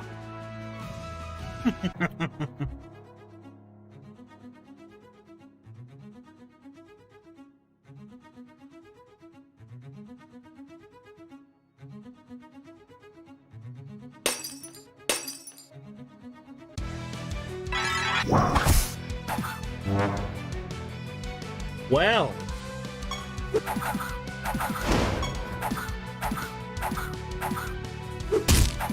Oh my god, we're getting the dire wolf attacks? That's crazy.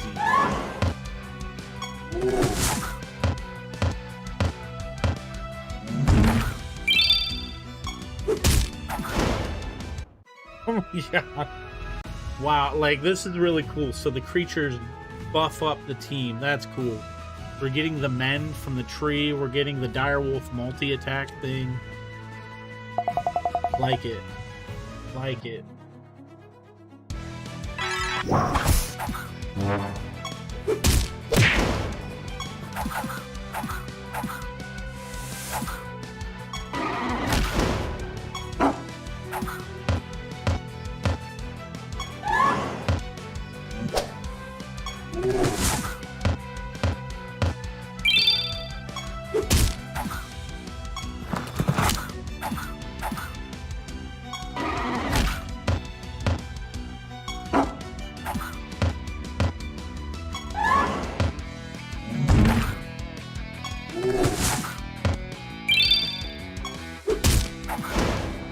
Take the huge hit. Yo, these guys hurt.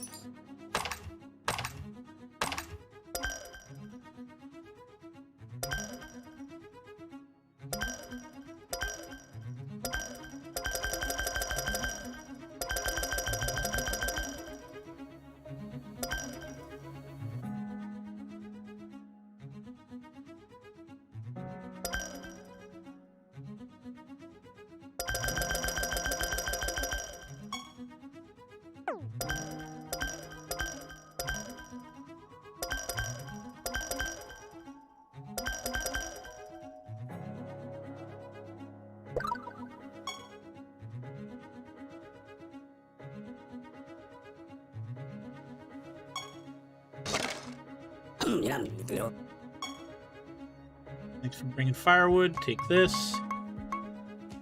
75. Yeah.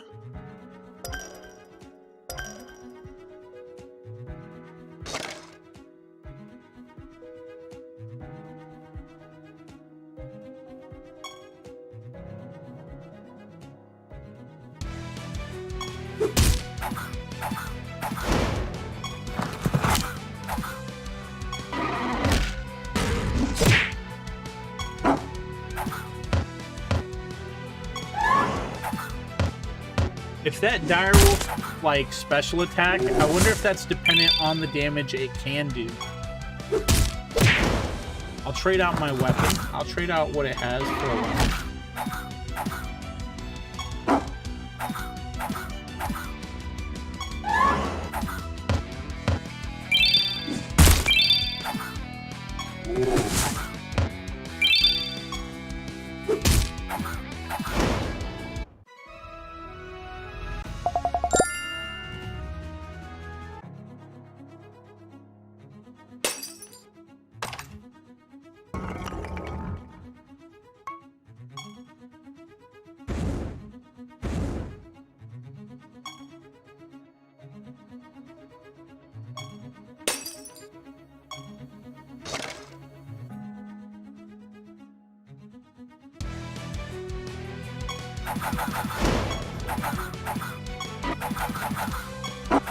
Direwolves or minions or summons is considered as indirect damage.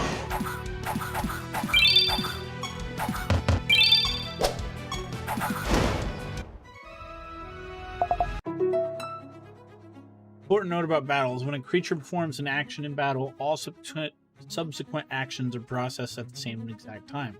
However, they are displayed to you one at a time to make them easier to read. For example, if your creatures attack an enemy 3 times, all of that damage is dealt at the same exact time, even though the damage values are displayed one at a time. This means that it might sometimes appear as if your creatures are attacking or casting a spell on a dead enemy, but that is not actually the case.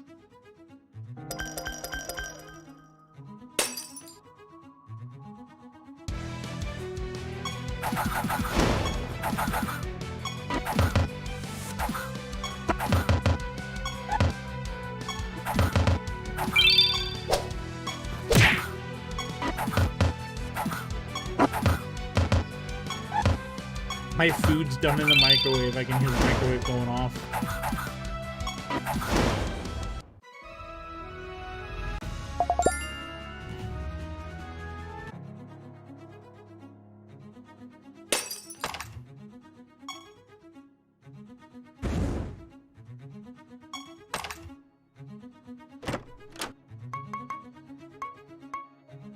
Oldsman Yeti. As you approach the lonely grave, hands begin to sprout up from the ground.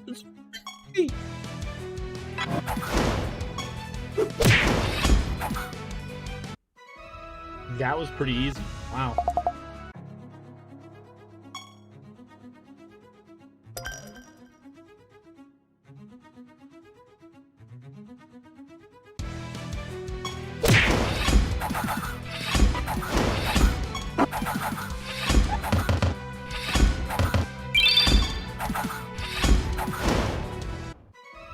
Using my controller.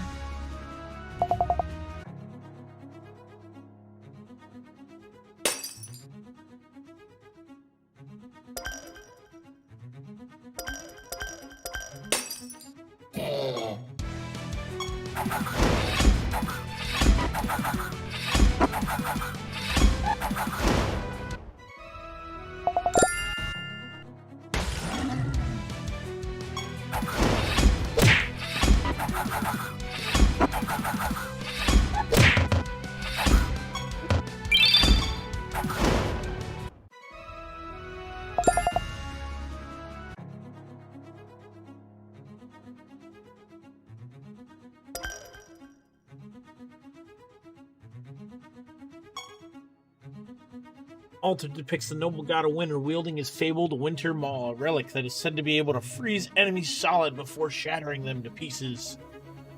That sounds cool. Greetings, esteemed ruler of Siralim. I am Ezreal, god of winter. What do I owe the pleasure of your arrival? We explain the issue, learn how to improve at castle. Ah, well then, you've certainly come to the right place. I'd be honored to teach you what I know about construction. Under normal circumstances, I would simply give you some material, explain how to use them, and send you on your way. But alas, just this once, I must ask something of you first. See, a giant cruncher has eaten through most of my stockpile of mats. If someone doesn't stop it soon, I won't have anything left to hand out to eager learners such as yourself. Seek out and destroy the cruncher. I'll be happy to teach you how to expand your castle. Sweet, this is what I've been looking for. Trust that a mage as competent as yourself will have no trouble at all dealing with a meager cruncher. Good luck. You gain 200 favor.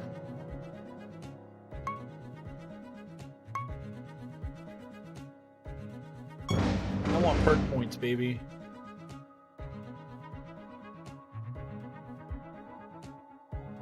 Yo! Hello.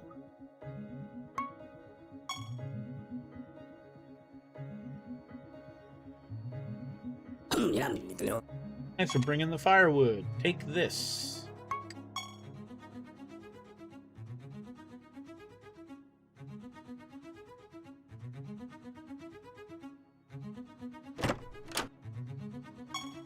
Curio of Fearfulness.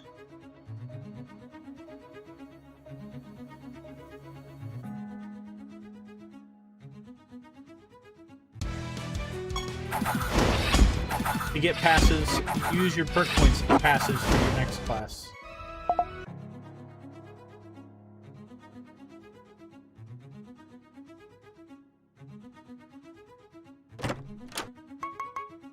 Saving Grace.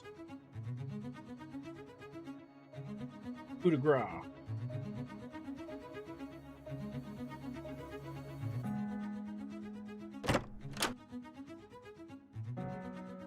Slate of Proficiency.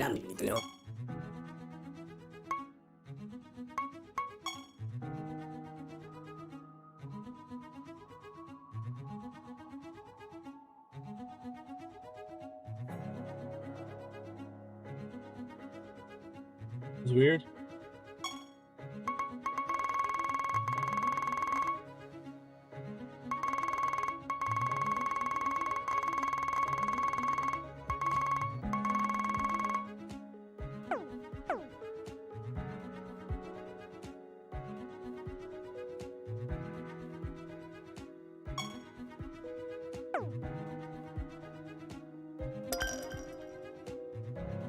Oh, yes.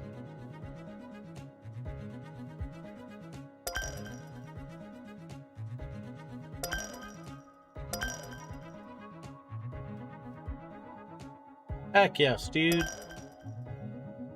And there's a bunch of these up there.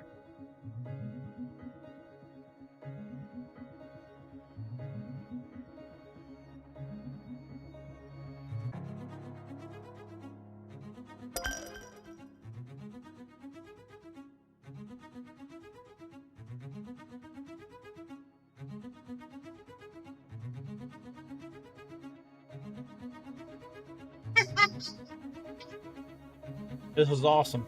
Okay.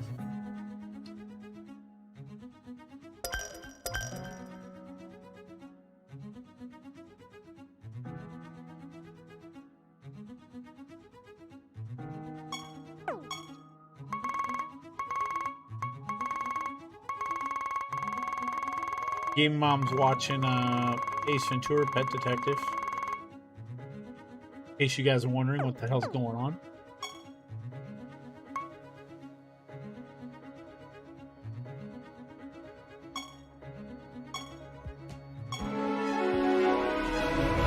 Reach favor rank 1 with Ezra, God of Frost. 50% treasure from tomes.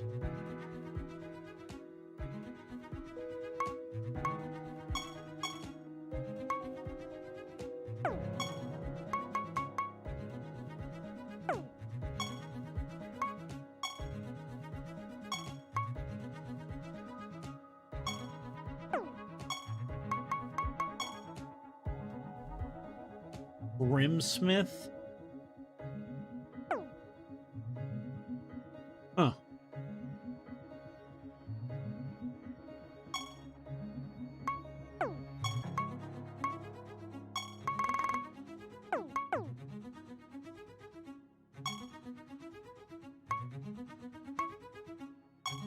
New realm. I'm gonna go grab my food.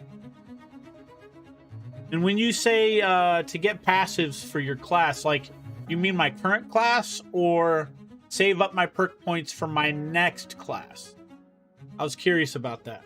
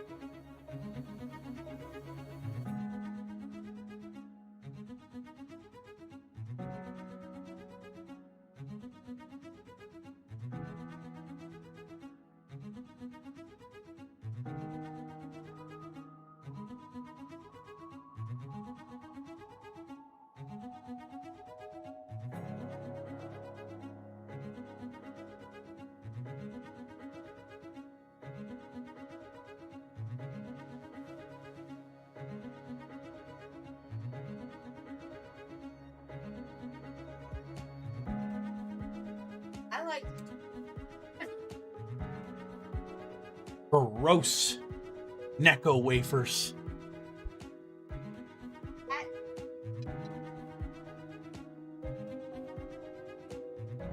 All right, back.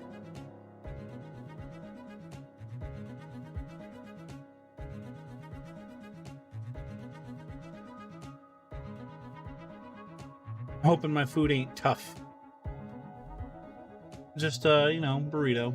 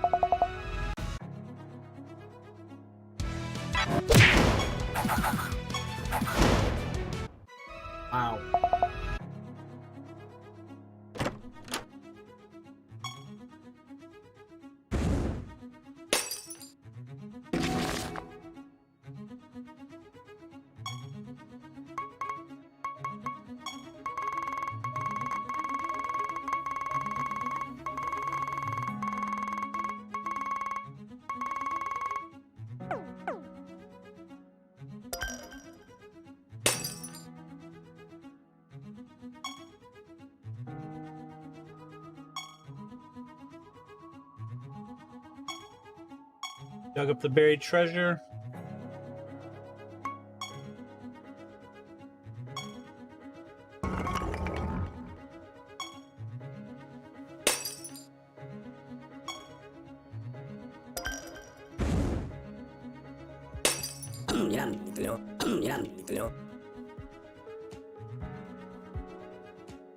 What is that?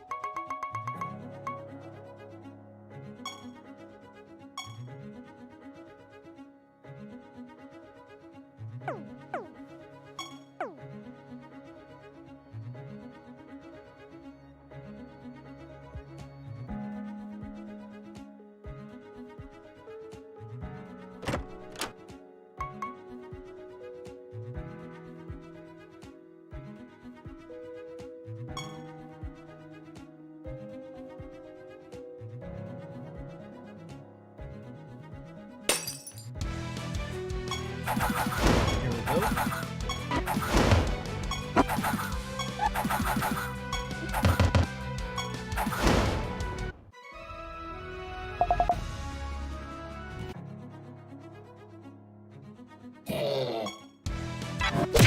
Tame!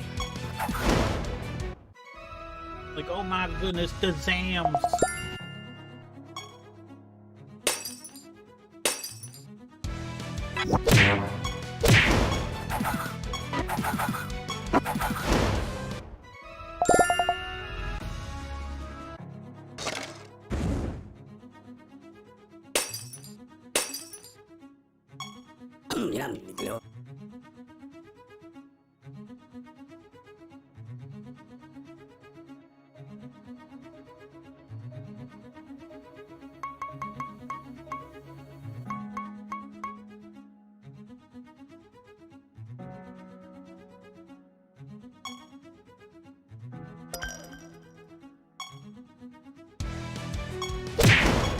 There we go.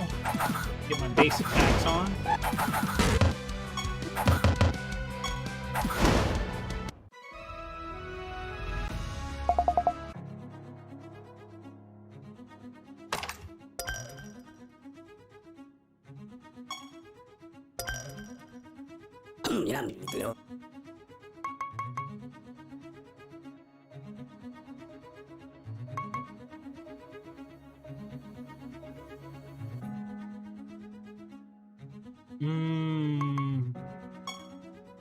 Take our knowledge point.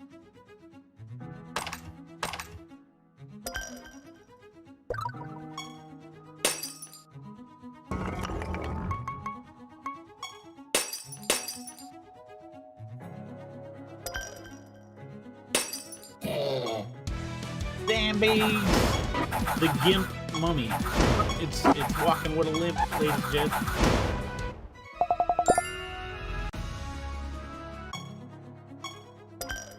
Huh? Well, thank you.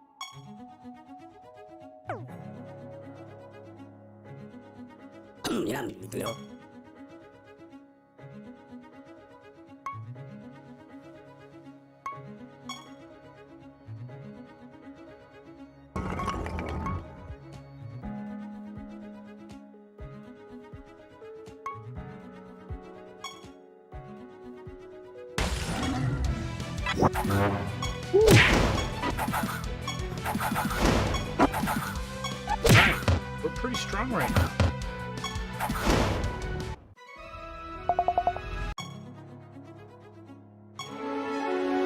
Rank 2, 5% resources for battle.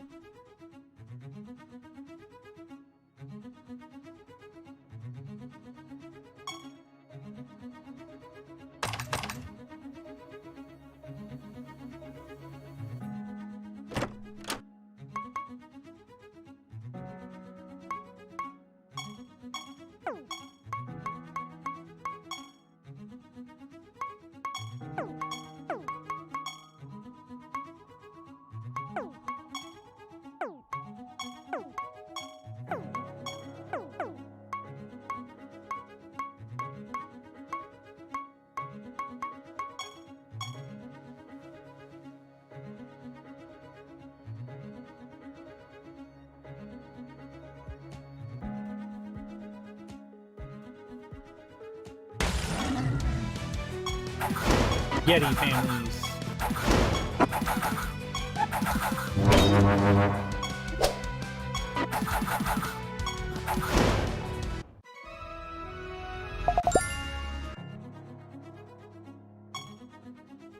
Lead the Rome quest, gain 200 with them.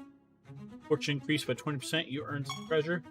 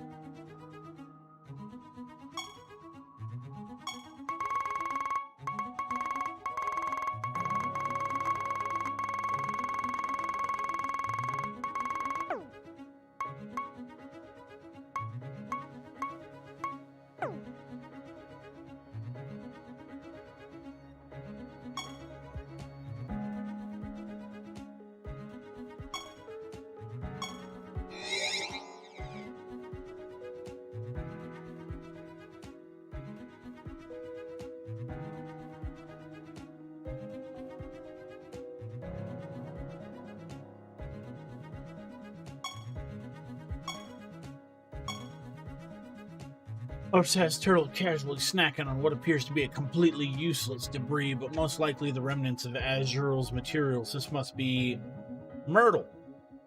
Like Myrtle Beach? Or Myrtle as in, like, from Harry Potter.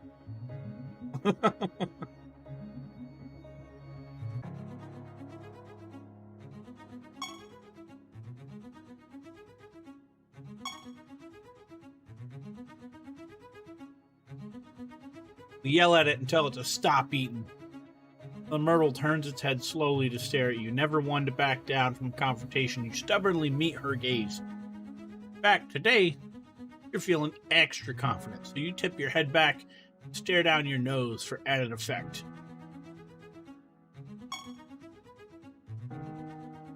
Suddenly, Myrtle opens her mouth wide and makes a high-pitched "grah" sound while running toward you at a surprisingly fast speed.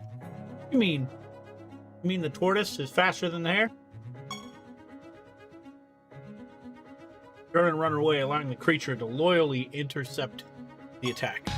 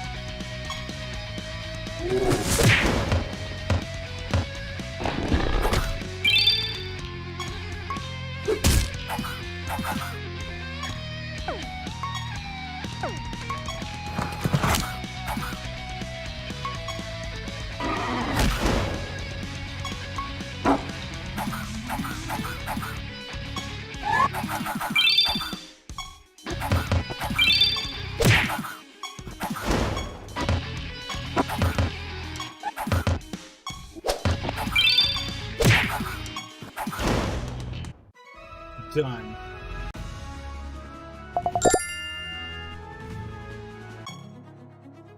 Brilliant, bravo, magnificent indeed. Thank you for ridding my realm of this menace. Unfortunately, it seems that Myrtle ate all of my materials, so I have none to give you. Of course, but fear not. Acquiring materials is the easy part. You'll obtain plenty of them on your own during your travels. After all, what am I going to give you today is something that far surpasses the value of any physical object. Knowledge. Because knowledge is power. I'll travel back to Siralim ahead of you and imbue Everett's mind with all the knowledge he'll need to help you make Siralim the very best kingdom it can be. How very convenient. Farewell, my friend. I hope to see you again soon. Oh, yeah. Will.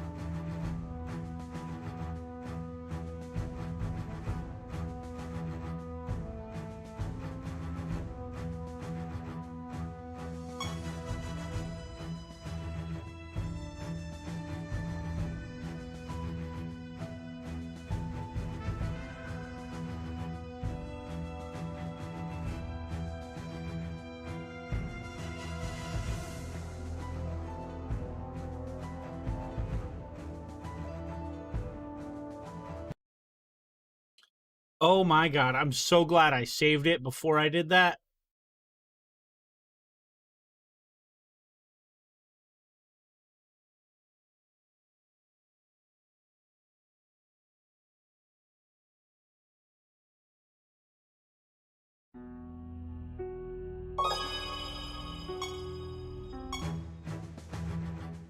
Be saving this directly on my computer no matter what. Thank God.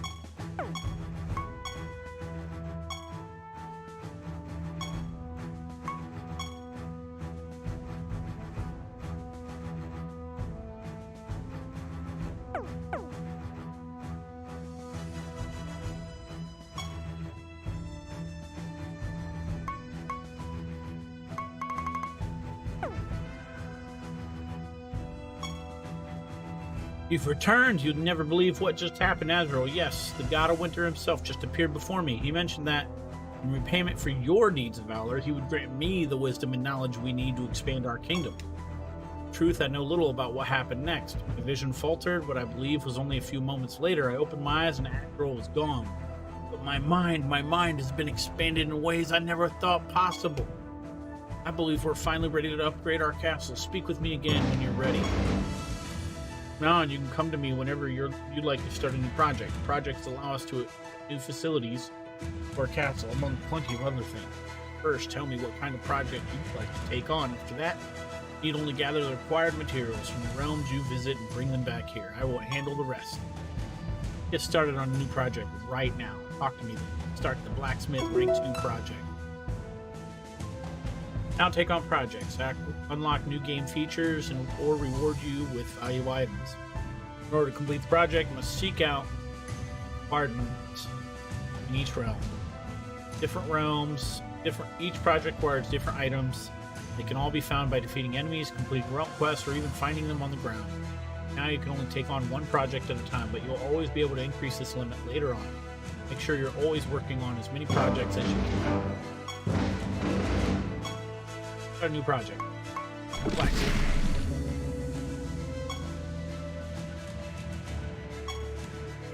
I believe our next step should be to seek out the technology that will allow us to fuse your creatures together. Newfound power will allow us not only to defend against any incoming attacks from Nex more effectively, but also to fight back against the King of Nex whenever you manage to find him again. This makes me worried. Caustic reactors are best bet to learn how fusion works. Seek out Venedin, the god of discord, and convince him to teach us the secrets of fusion. Discord.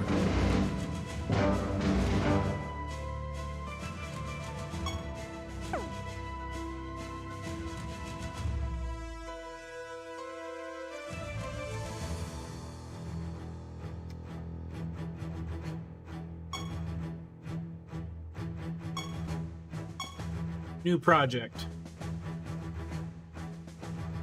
3,000 of those granites.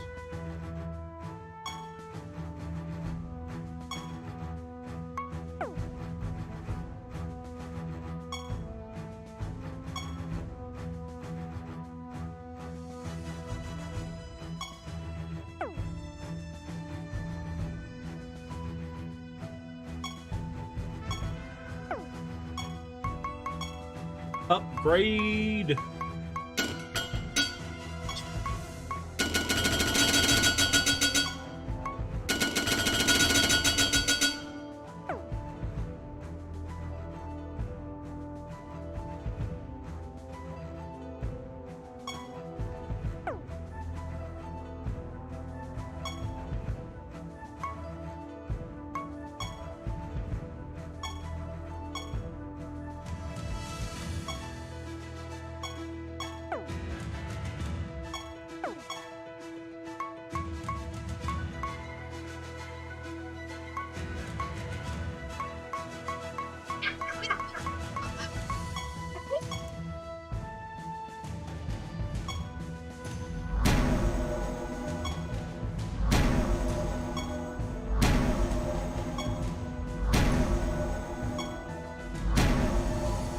There we go.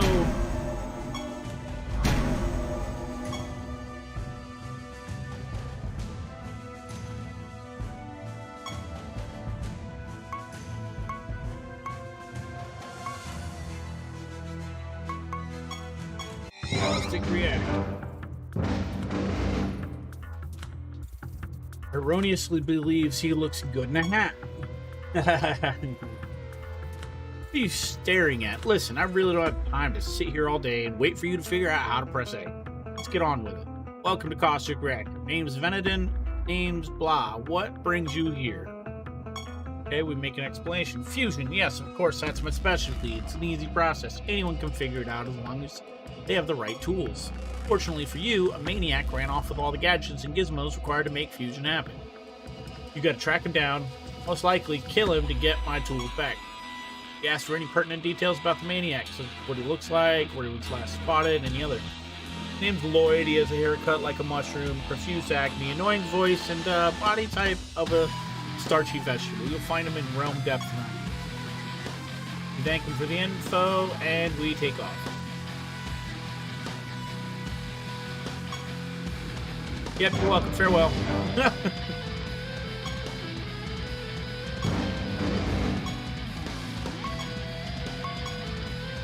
Perks. Okay.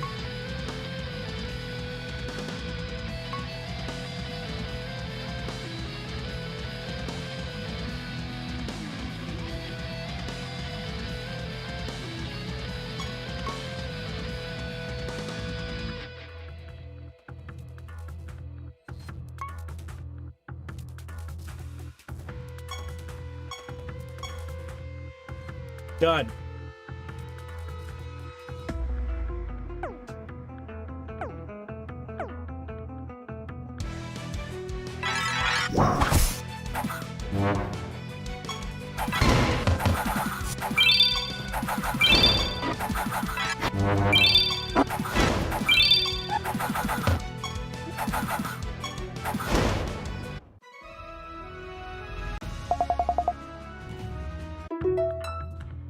Item sets allow you to easily save and load groups of artifacts and spell gems. You can use these item sets to quickly equip your creatures, different artifacts and spell gems. Create an item set, open the menu, creatures, select a creature, choose manage item sets.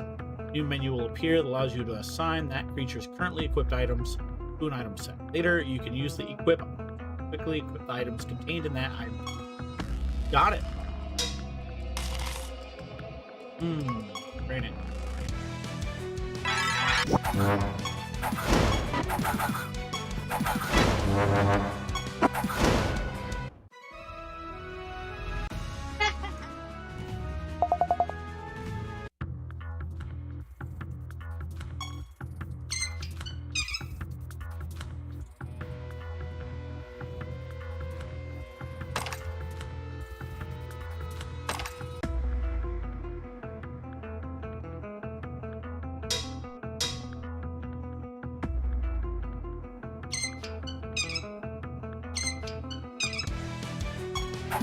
There we go. Not bad, not bad. I like this.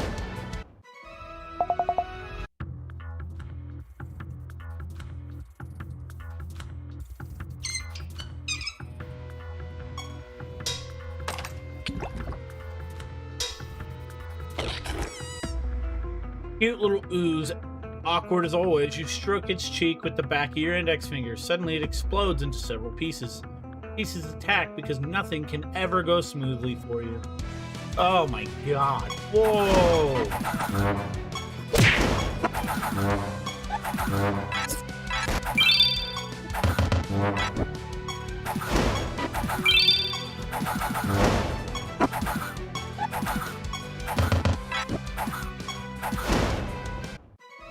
All right, big hits.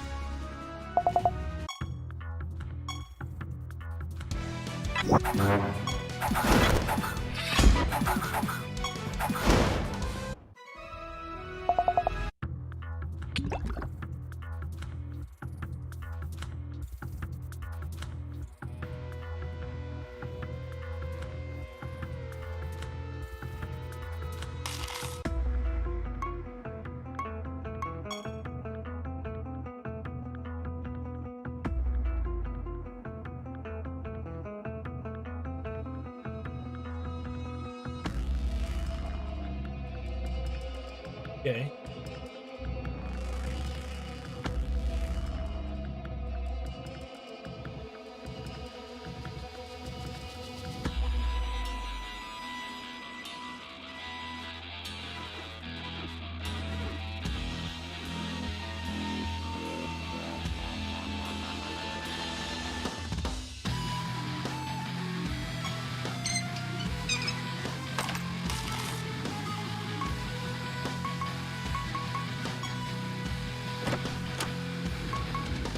Breath of life.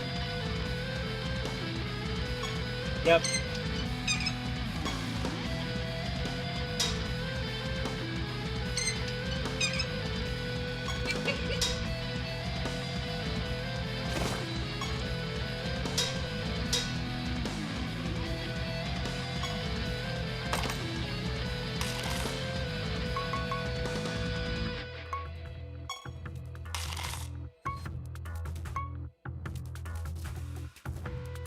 Creatures deal 40% more damage for each turn they've taken in the current battle. This trait does not attack.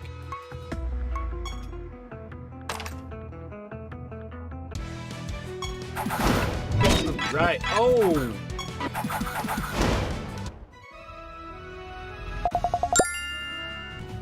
That was nuts.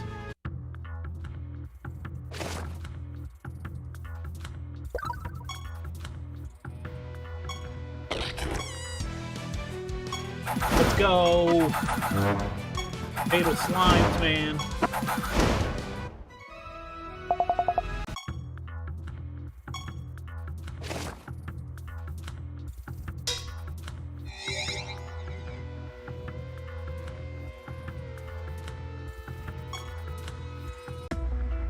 Smell toxins in the air. Quickly drink an antidote you had on hand. The source of the gas, clearly frustrated, appears and attacks. Oh.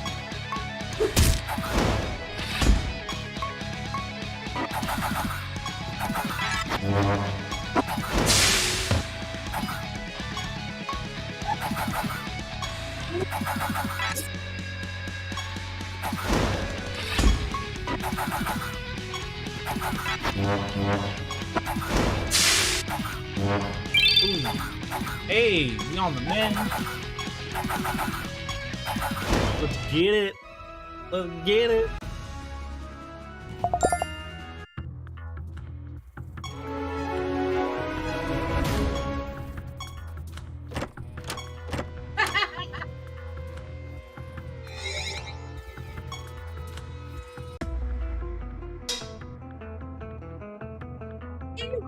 I've already gone through all the valves, I think.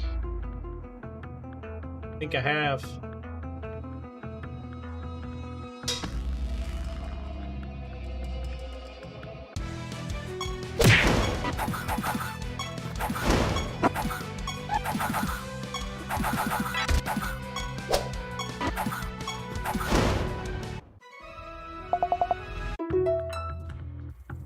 If you find the battles easy, consider changing the game difficulty.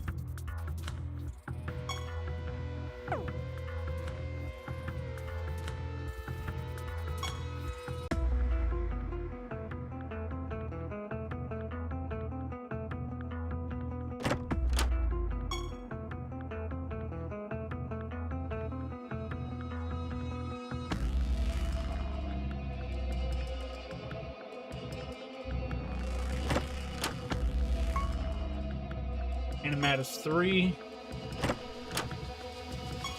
One the Viper, why not? And it.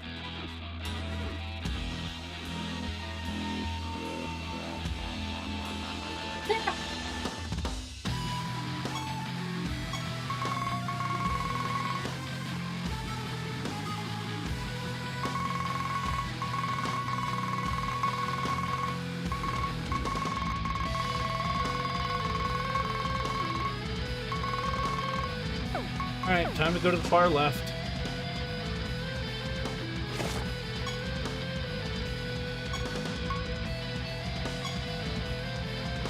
You've done me a favor, so you'll expect one in return later on. Got it, farewell.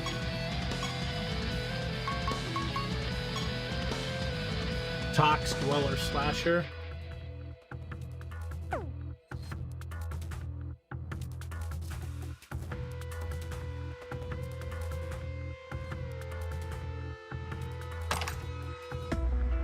One copper mallet.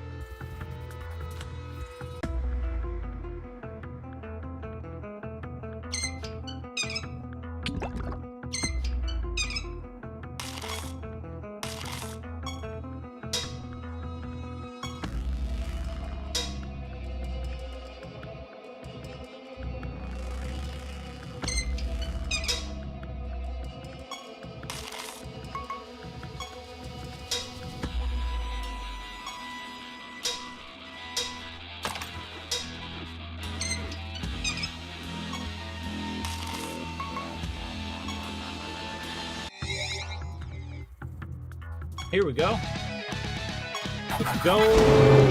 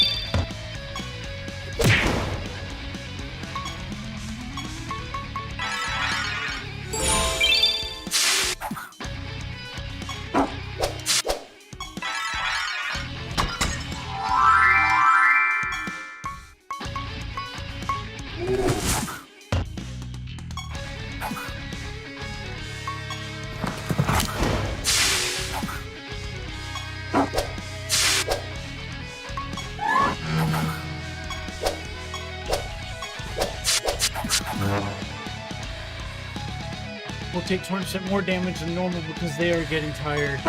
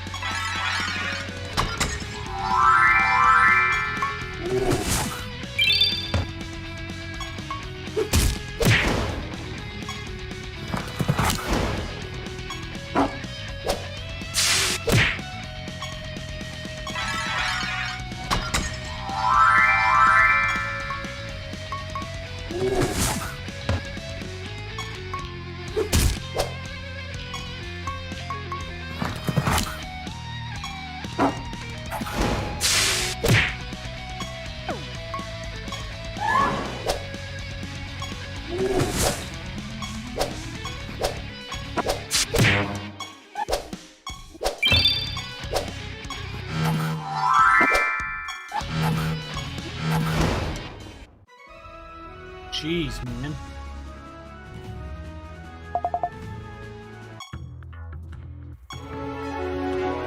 Plus 5% resources from battles.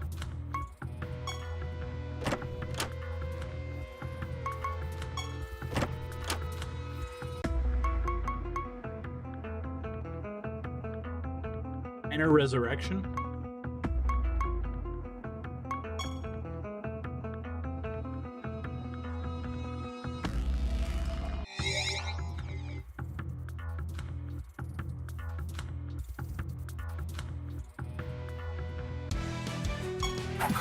Here we go.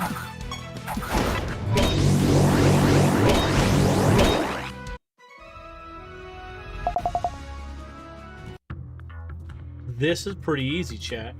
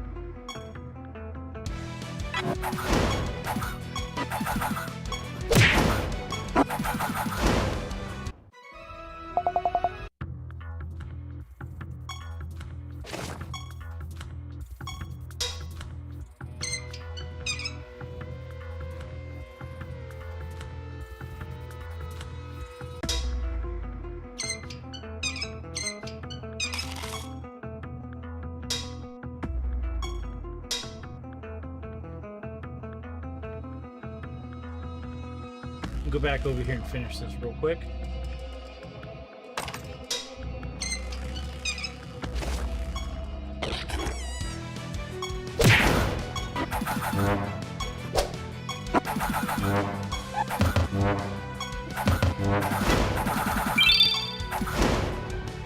There we go.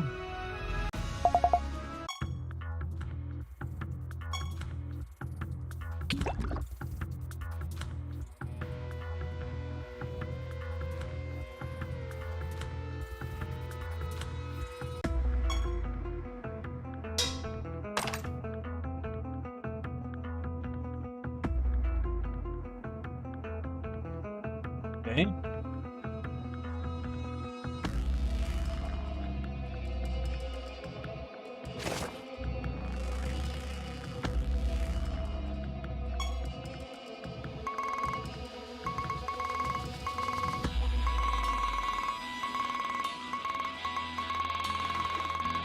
Go left.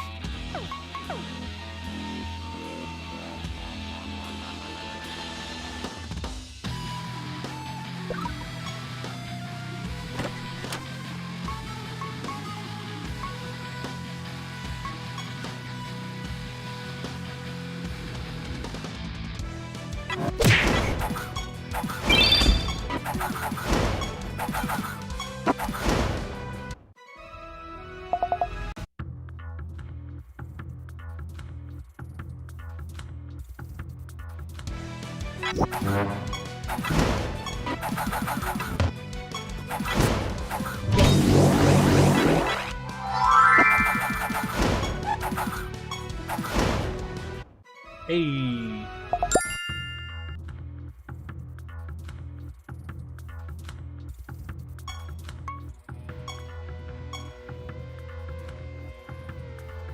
You're here to buy something from the shop. My shop, great. Thanks for your patronage. Blah, blah, blah. You already donated in this realm.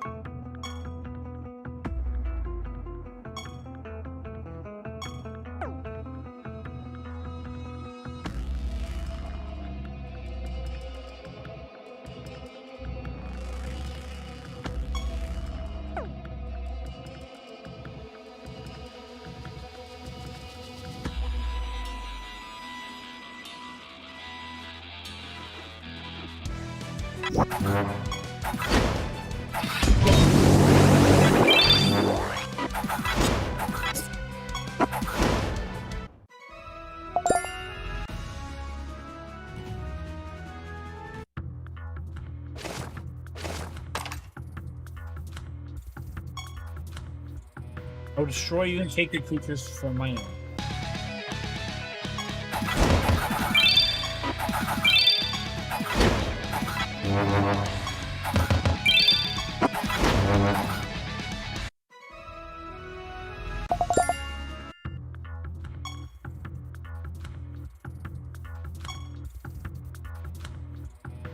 Points.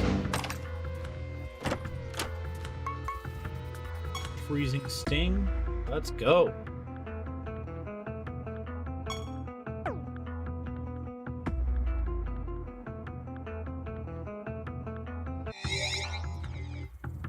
Hey, hi guy. I smell toxin.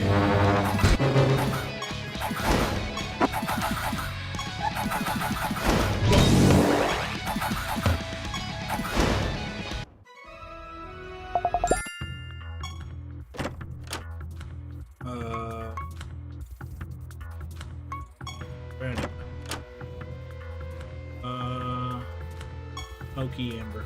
Haven't seen that one yet.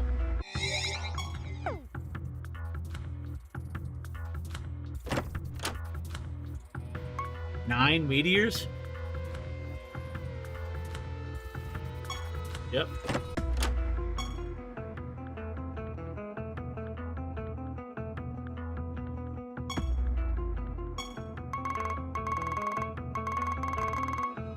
So go south, left, and south.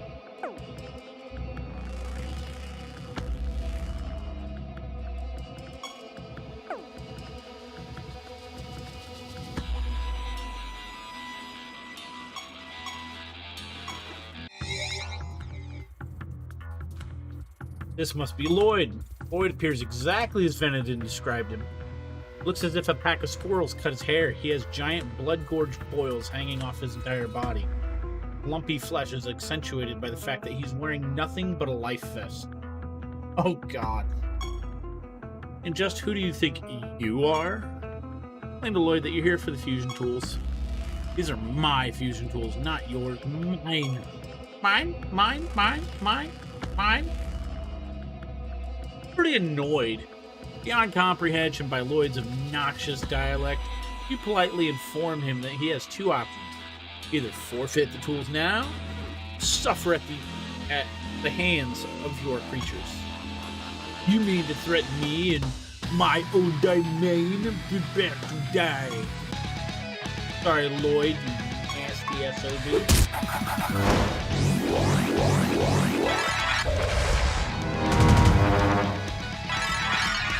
He gains cool hair and stuff.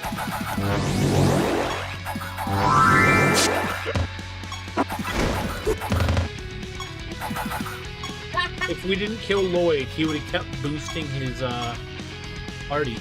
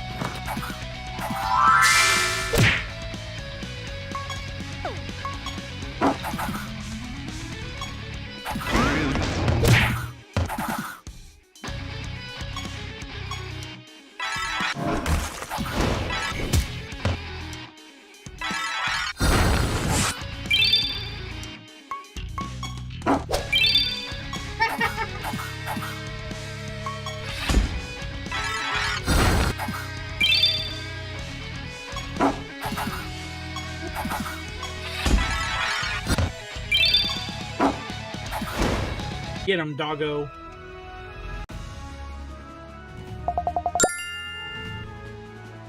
Whoa. This is your creatures deal the finishing blow to Lloyd. His boils explode, spraying a thick mist of warm pus all over the worm. Ew, gross. Disgusted, you hastily order your creatures to gather the fusion tools you've sacrificed so much sanity to obtain. You should head back to Siralim and tell Everett the good news. What? What, babe? Oh. Camouflage and sure, the mummies. Why not? Treasure Trove number 2. Glad to see you've returned safe and sound, and judging by all those contraptions your creatures are carrying, assuming your journey was a fruitful one. Yep. Let's see if we can figure out how to fuse your creatures together. First, place the fusion station. If anyone remembers Bill and Ted.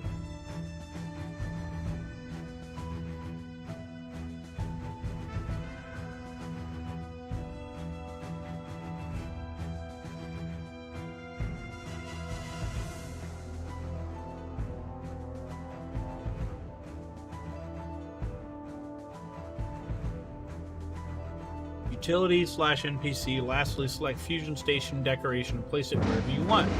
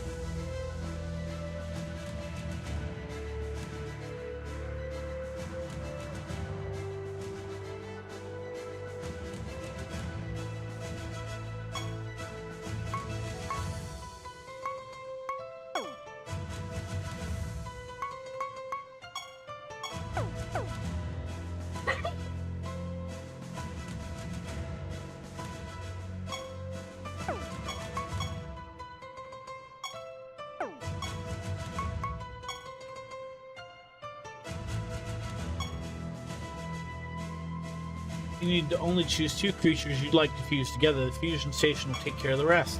When you fuse 2 creatures together, the offspring inherits both the original creature's traits. In addition, its stats will be the average of those of its parents, and its class will be that of the secondary creature. Okay.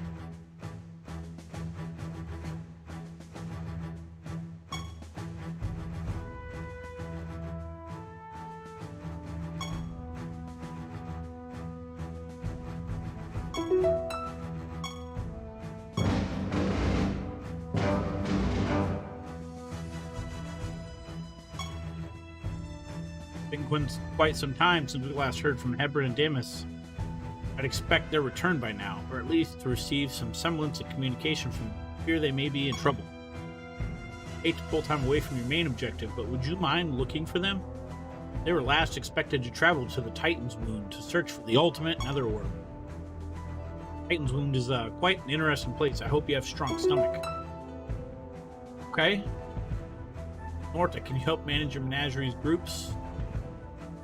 Manager groups allow you to easily save and load party configurations.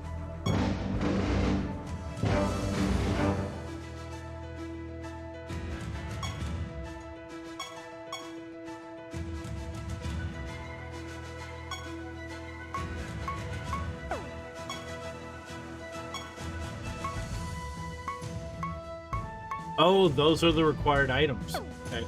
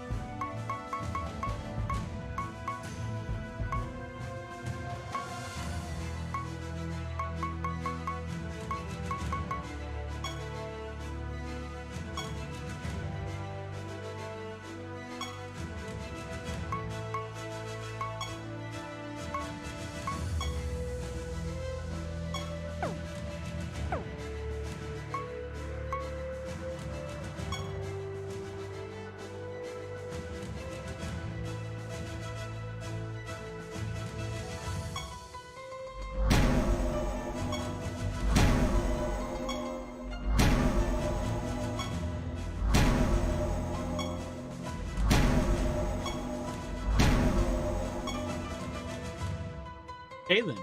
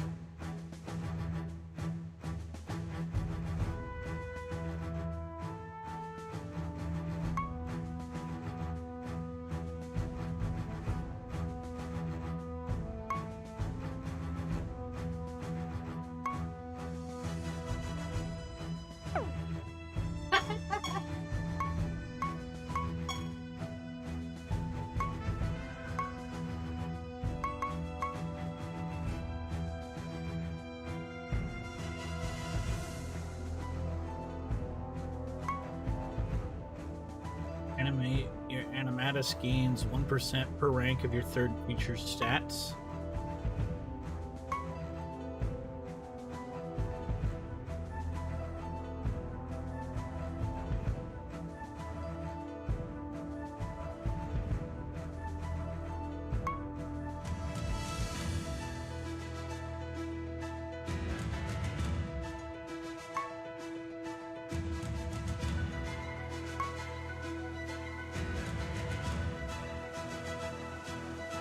First time your animatus is killed in battle, it resurrects with 100% health. Start of battle, your animatus fuses with a copy of the second creature in your party. In addition, its race changes to that creature's race.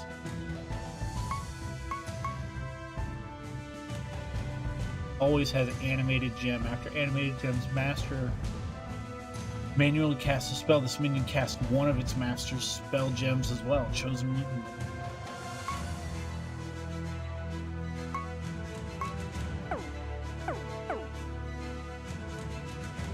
That's awesome.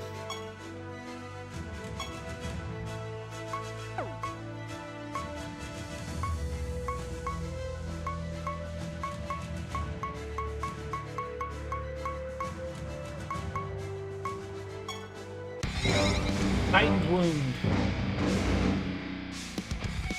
Slowly make your way toward it. Careful not to step on any of the cysts protruding from the ground. God of Blood. Greetings, mortal. I am mortal. God of Blood, I welcome thee to mine own realm. For what reason didst thee summon me to the present day? Recently passed through? Ah, yes. Did indeed pass through. Whether they wenteth, I don't knoweth. I suggest thee travel deeper into the Titan's Wound and see if it be thee and catch us up with those folk. Though you're barely able to discern Mortem's peculiar dialect, you decide to venture farther into the realm, see if you can find any trace of it.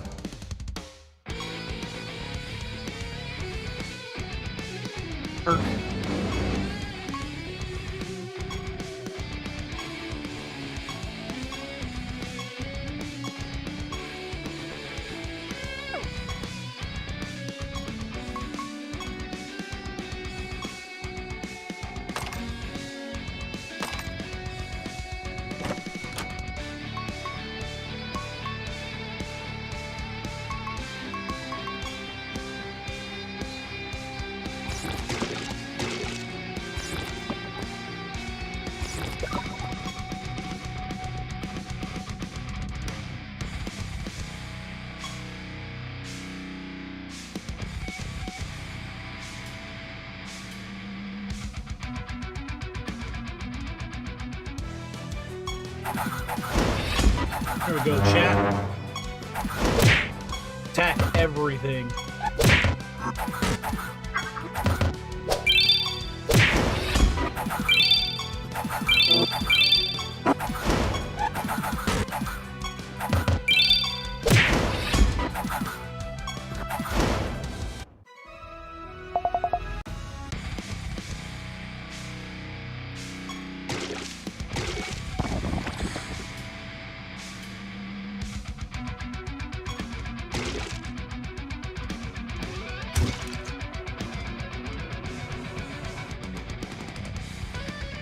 See, Effigy's dead and alive at the same time.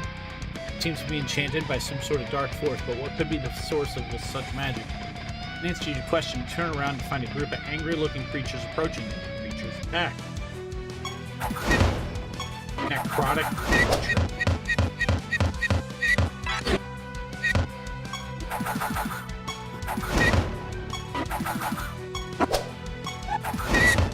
We're just attacking away right now, chat.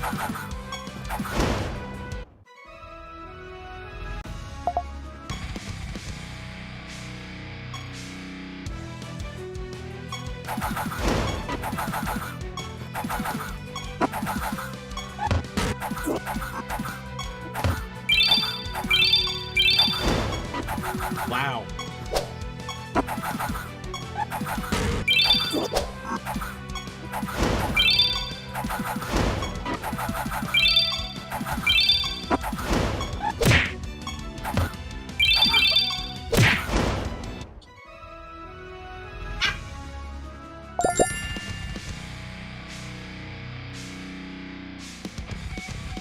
Now we're gonna find a key.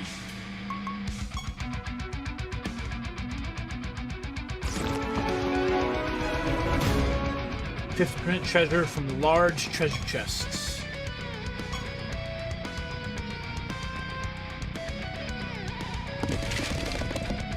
There would be charred remains of a dead creature. It was just a pack of skeleton creatures that were taking a nap. The presence rudely awakened and the creatures attacked. Oh my! Dusk Ghost.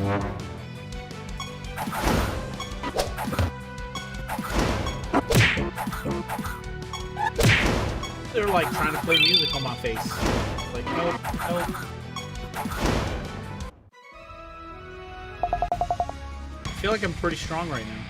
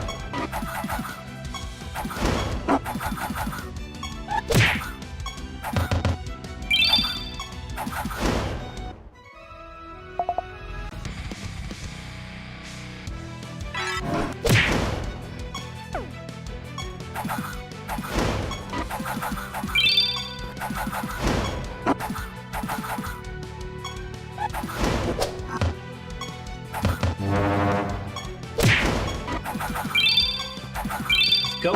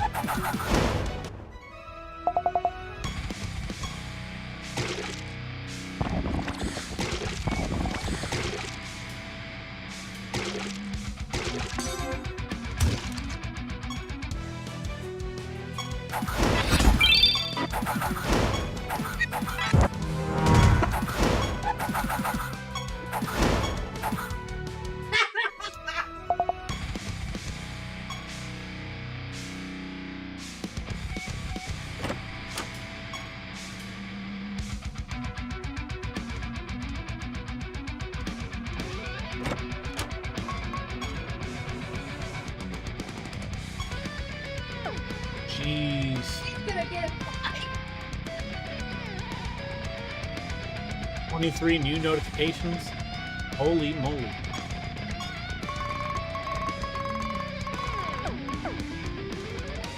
Go to the far right.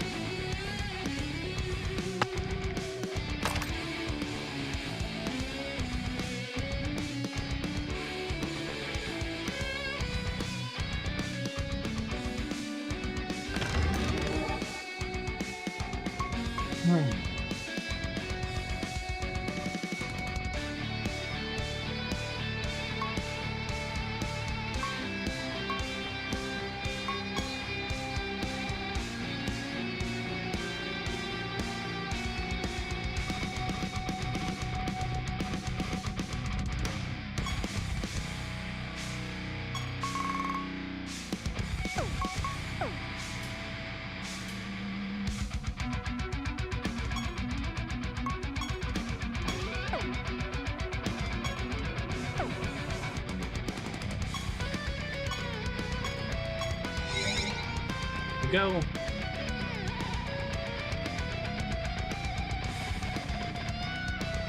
For adventure, these should travel deeper into the realm.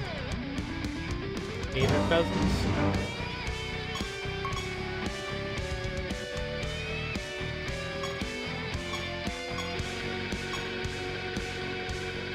Demomancer. Okay.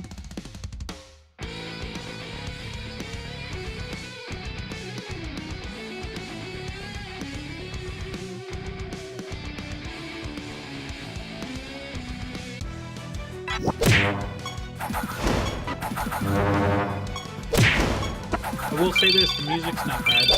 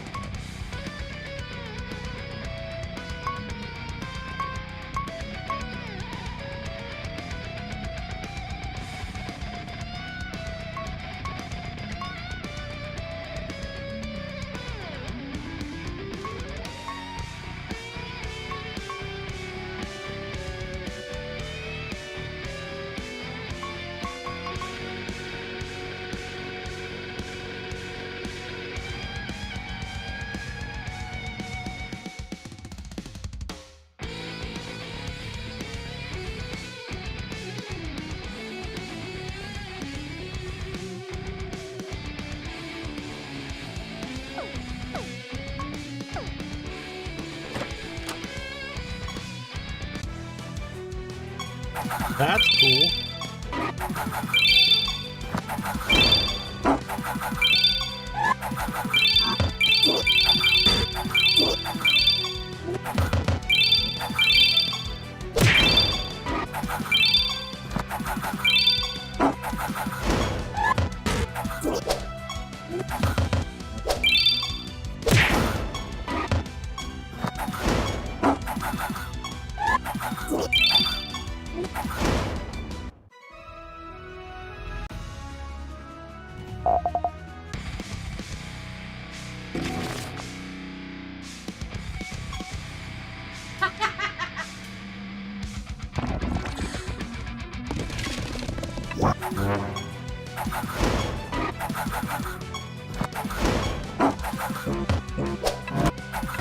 This ain't bad.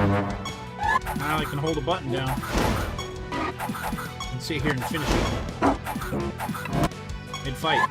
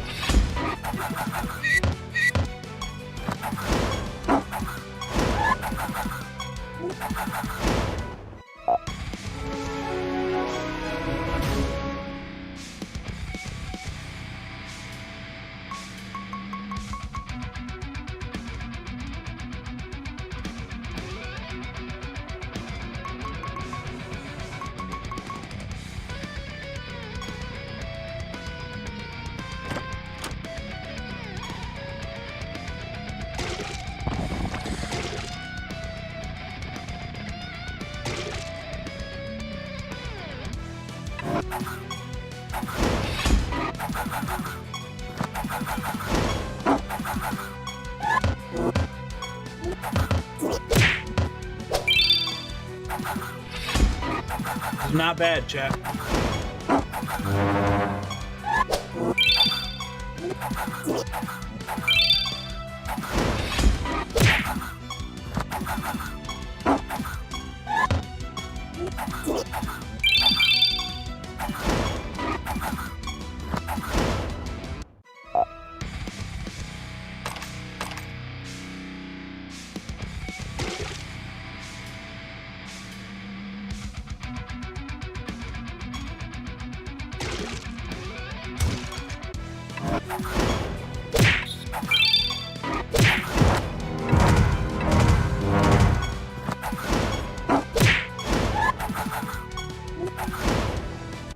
All right.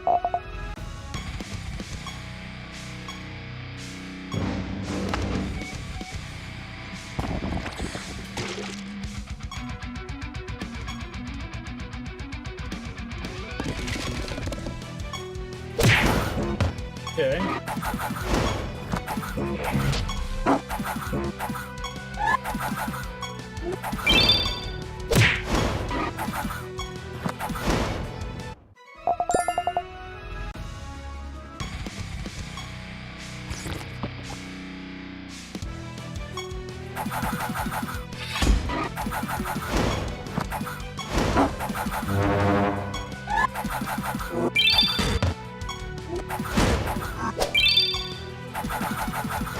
My animatus is so strong.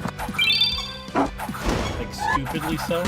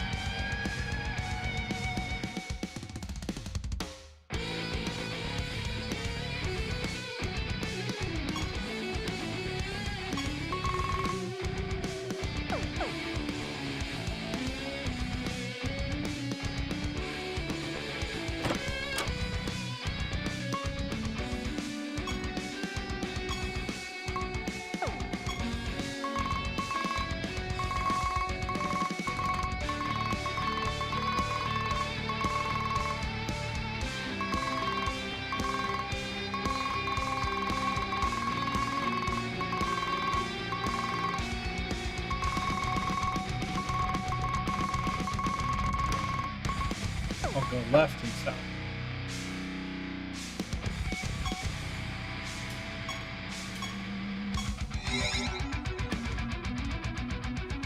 Here, what these shall find ahead is not the answer you were hoping for. You approach the pile of charred bones, your guts turn to ice with the realization that these remains belong to Hebron and Damien. Unable to contain this somber revelation, tears begin to stream freely down your face. You've known Hebron and Damien since you were a child. They were more than just your lieutenants. They were your best friends. No one could have asked for a more loyal pair of companions. Now they're gone forever.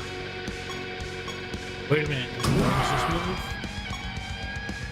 I guess it was a bit presumptuous to assume those were human bones.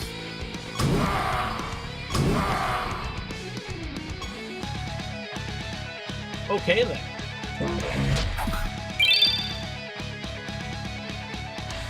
Here we go.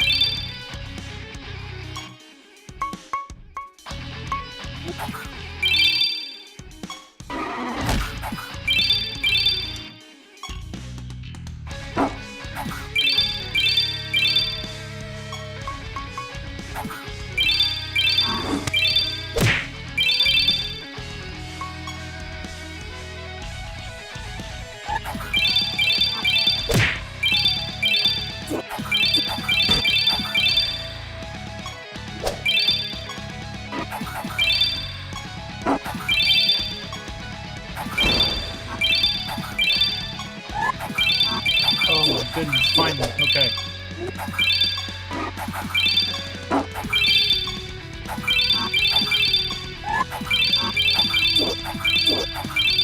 Oh my god, these guys are so goddamn annoying.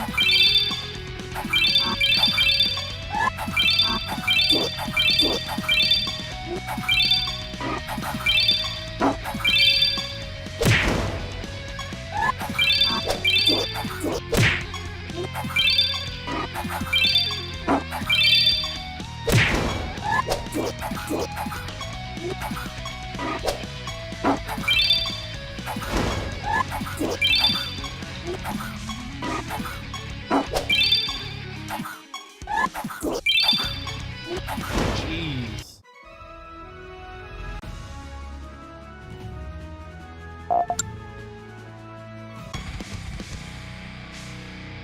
believe those remains were not of the Cater cousins. Glad to have survived the encounter. You were demoralized to find that Hebron and Damus are nowhere to be found. Turn to Everett with quick findings.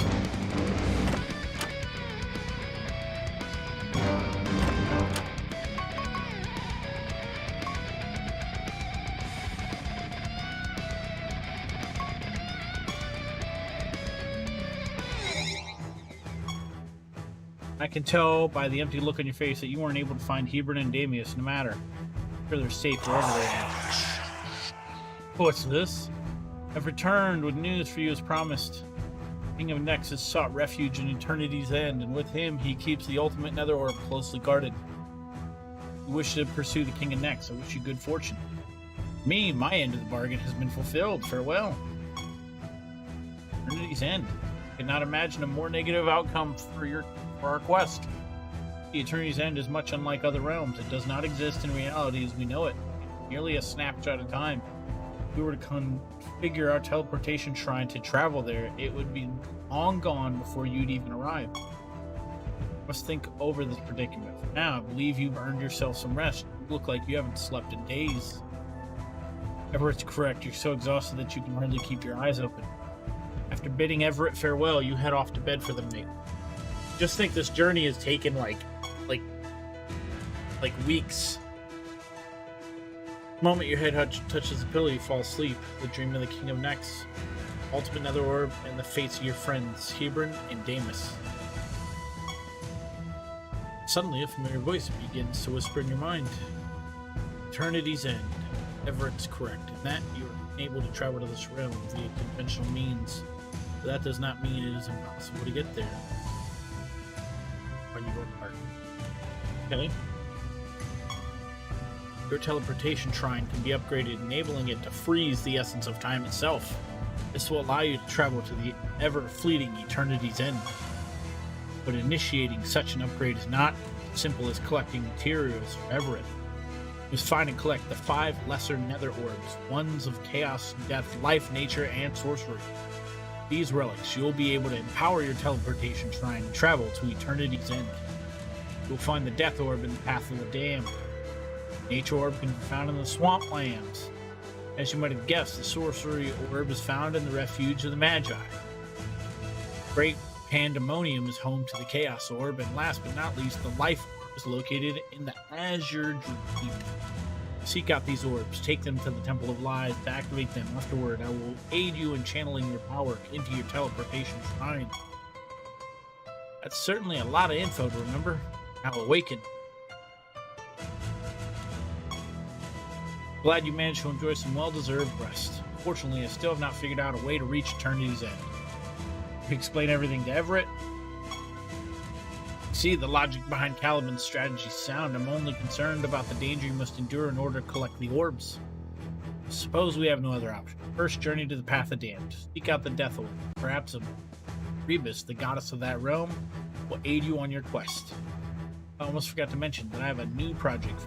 If you complete it, you'll be able to take on 2 projects at a time instead of 1. Farewell. Good luck.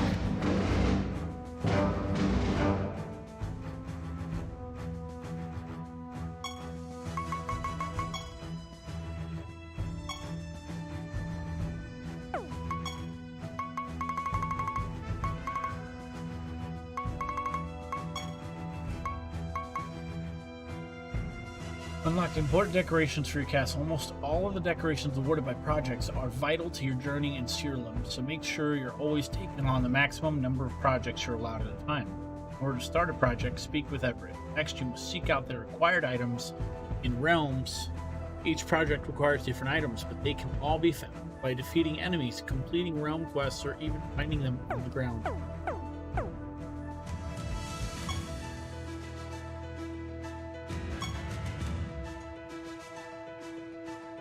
Ellison Studios, hope everyone has a safe and happy holiday season. That's cool, you have no more unread messages. Calmly step away from the mailbox.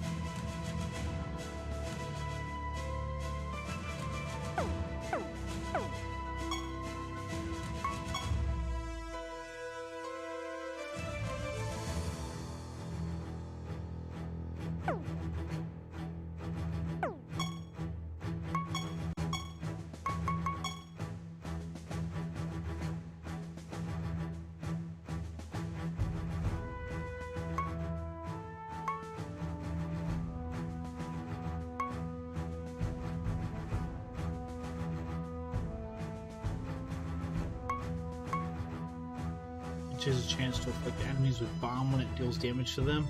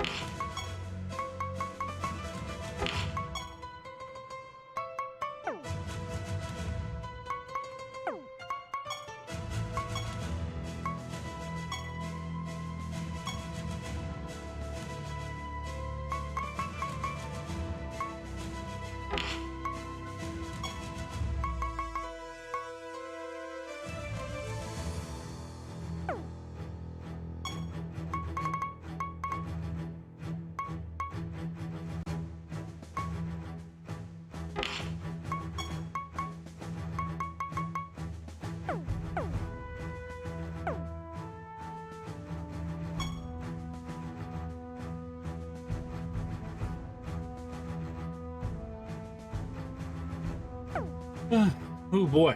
Okay.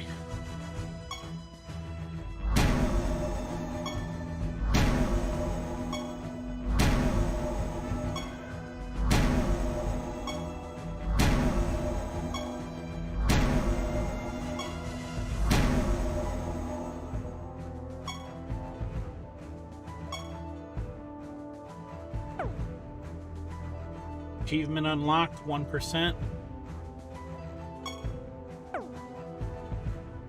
We got any new healing spells?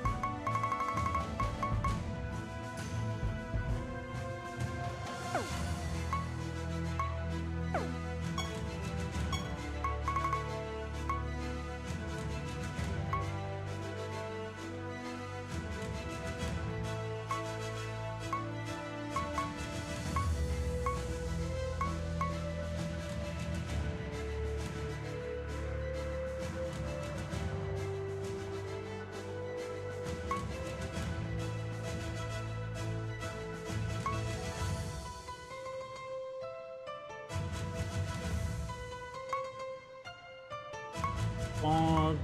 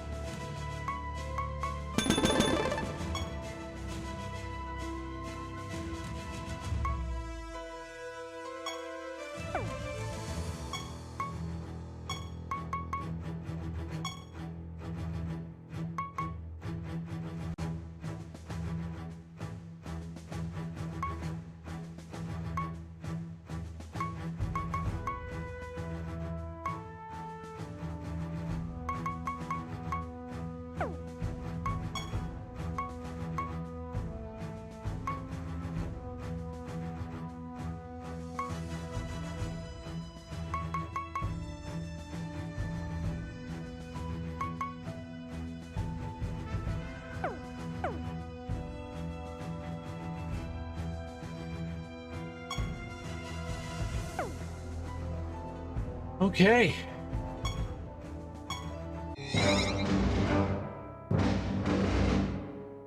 Alter and say a little prayer in your head. Coincidentally, the words of the prayer ended up rhyming. Life is full of surprises. Well met. I am Erebus, the goddess of darkness. Surprised to see your kind here. Path of the Damned's dangerous place for a human. After all, I can only assume that you've come here with an urgent purpose. Perhaps you seek the Death Orb. I do not fault you for desiring such a powerful relic. Orbs located in a much deeper part of this realm, guarded by a powerful banshee named Laura or Viora. Seek her out and destroy her in order to claim the Death Orb. Okay. I will watch over you from afar.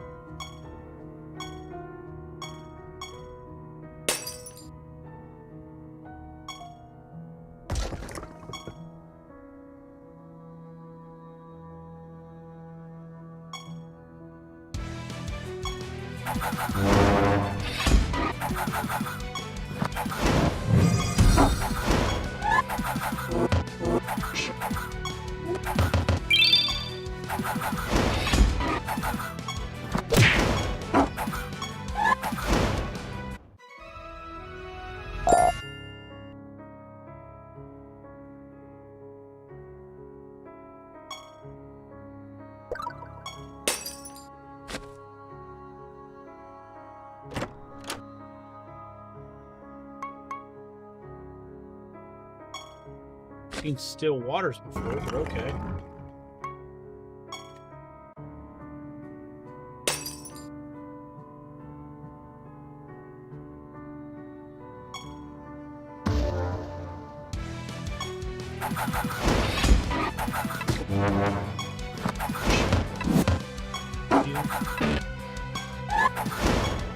Pretty good.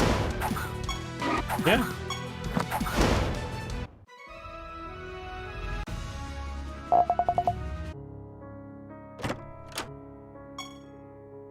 Yeah.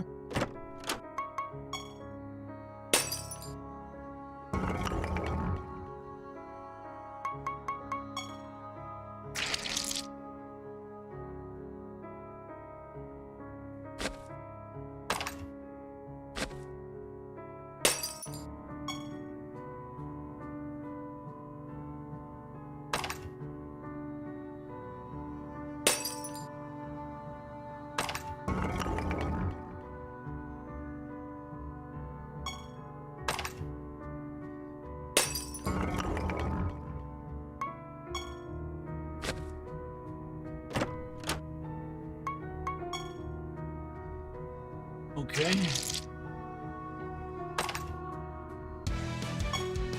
Go, chat. More enemies. I've got it on like memory, so it's like whatever I've done last. I just hold down my button. My attacks are pretty good for the most part. Creatures are all 14.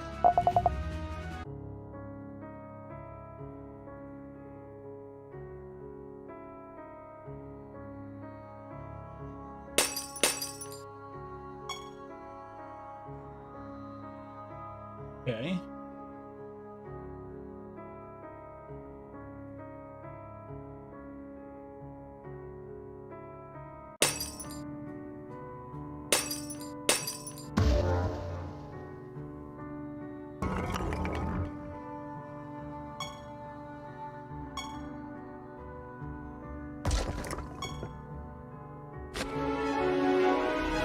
Mushrooms decrease enemy speed. Okay.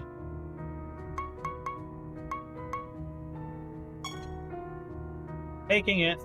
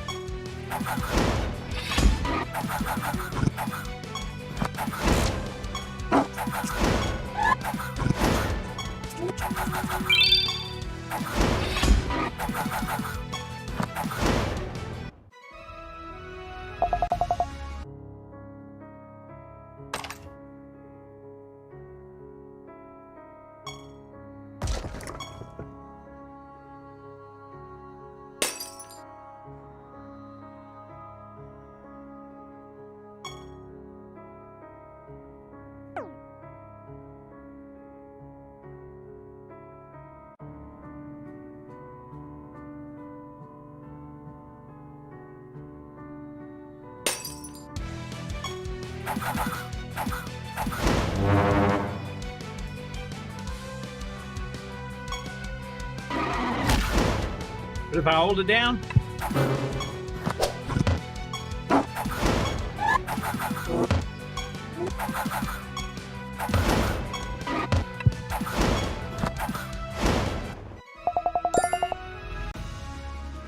all right.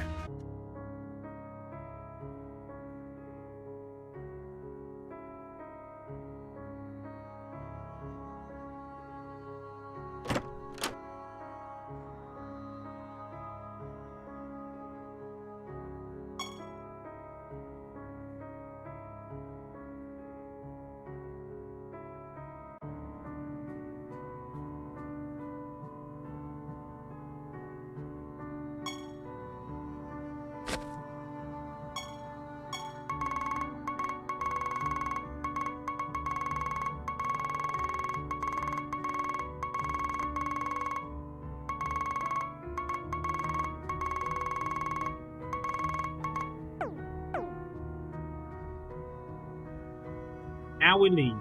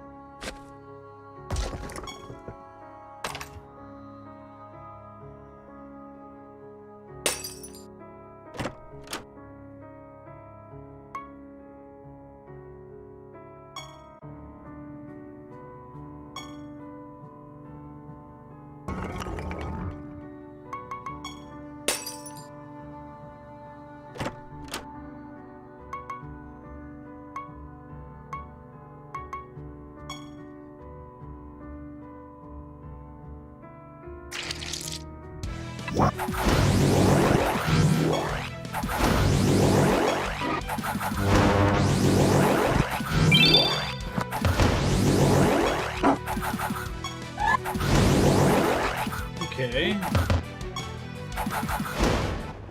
Not bad, just knocking it out of the park.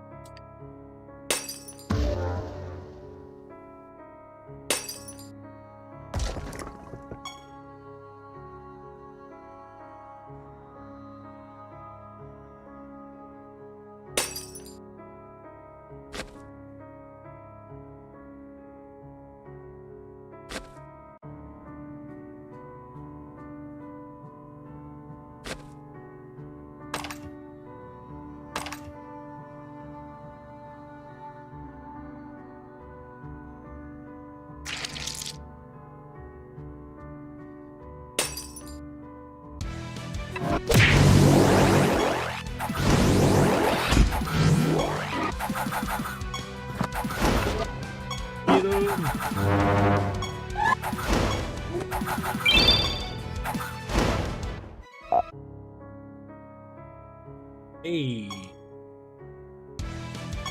Those dudes wanted to fight. Here we are. This ain't too bad though, chat.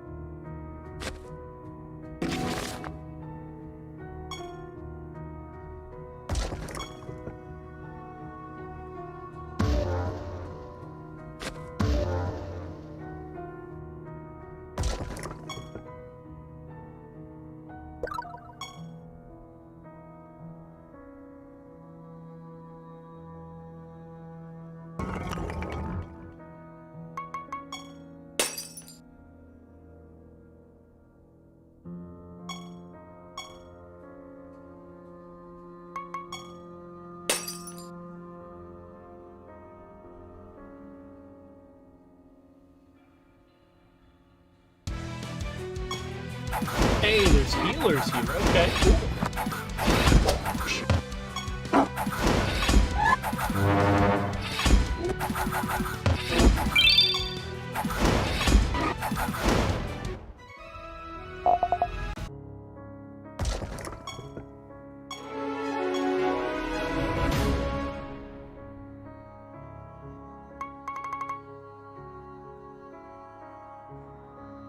Yeah.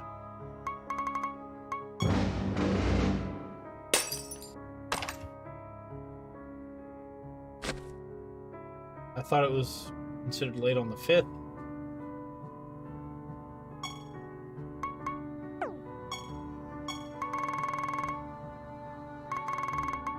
Yeah.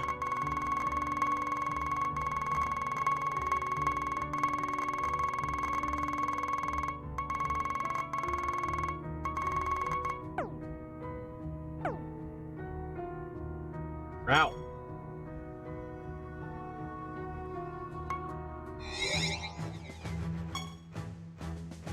If you're ready to finalize the project, now upgrade your artifacts to an even higher tier than before. Start new project. Increase maximum amount of projects.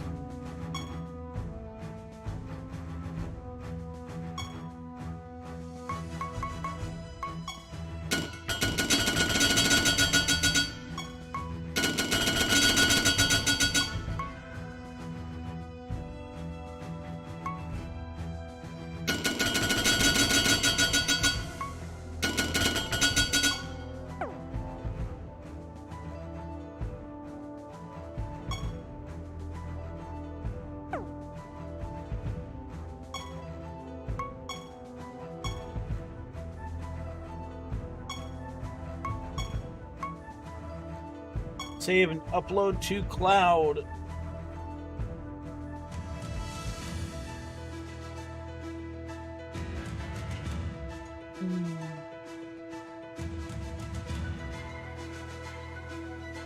Okay.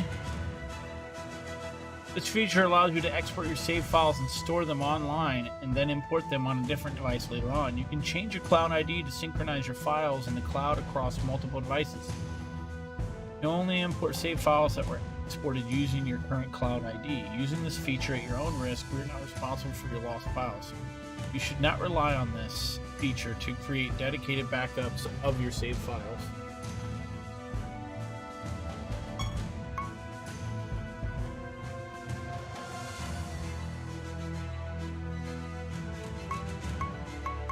Wow, okay.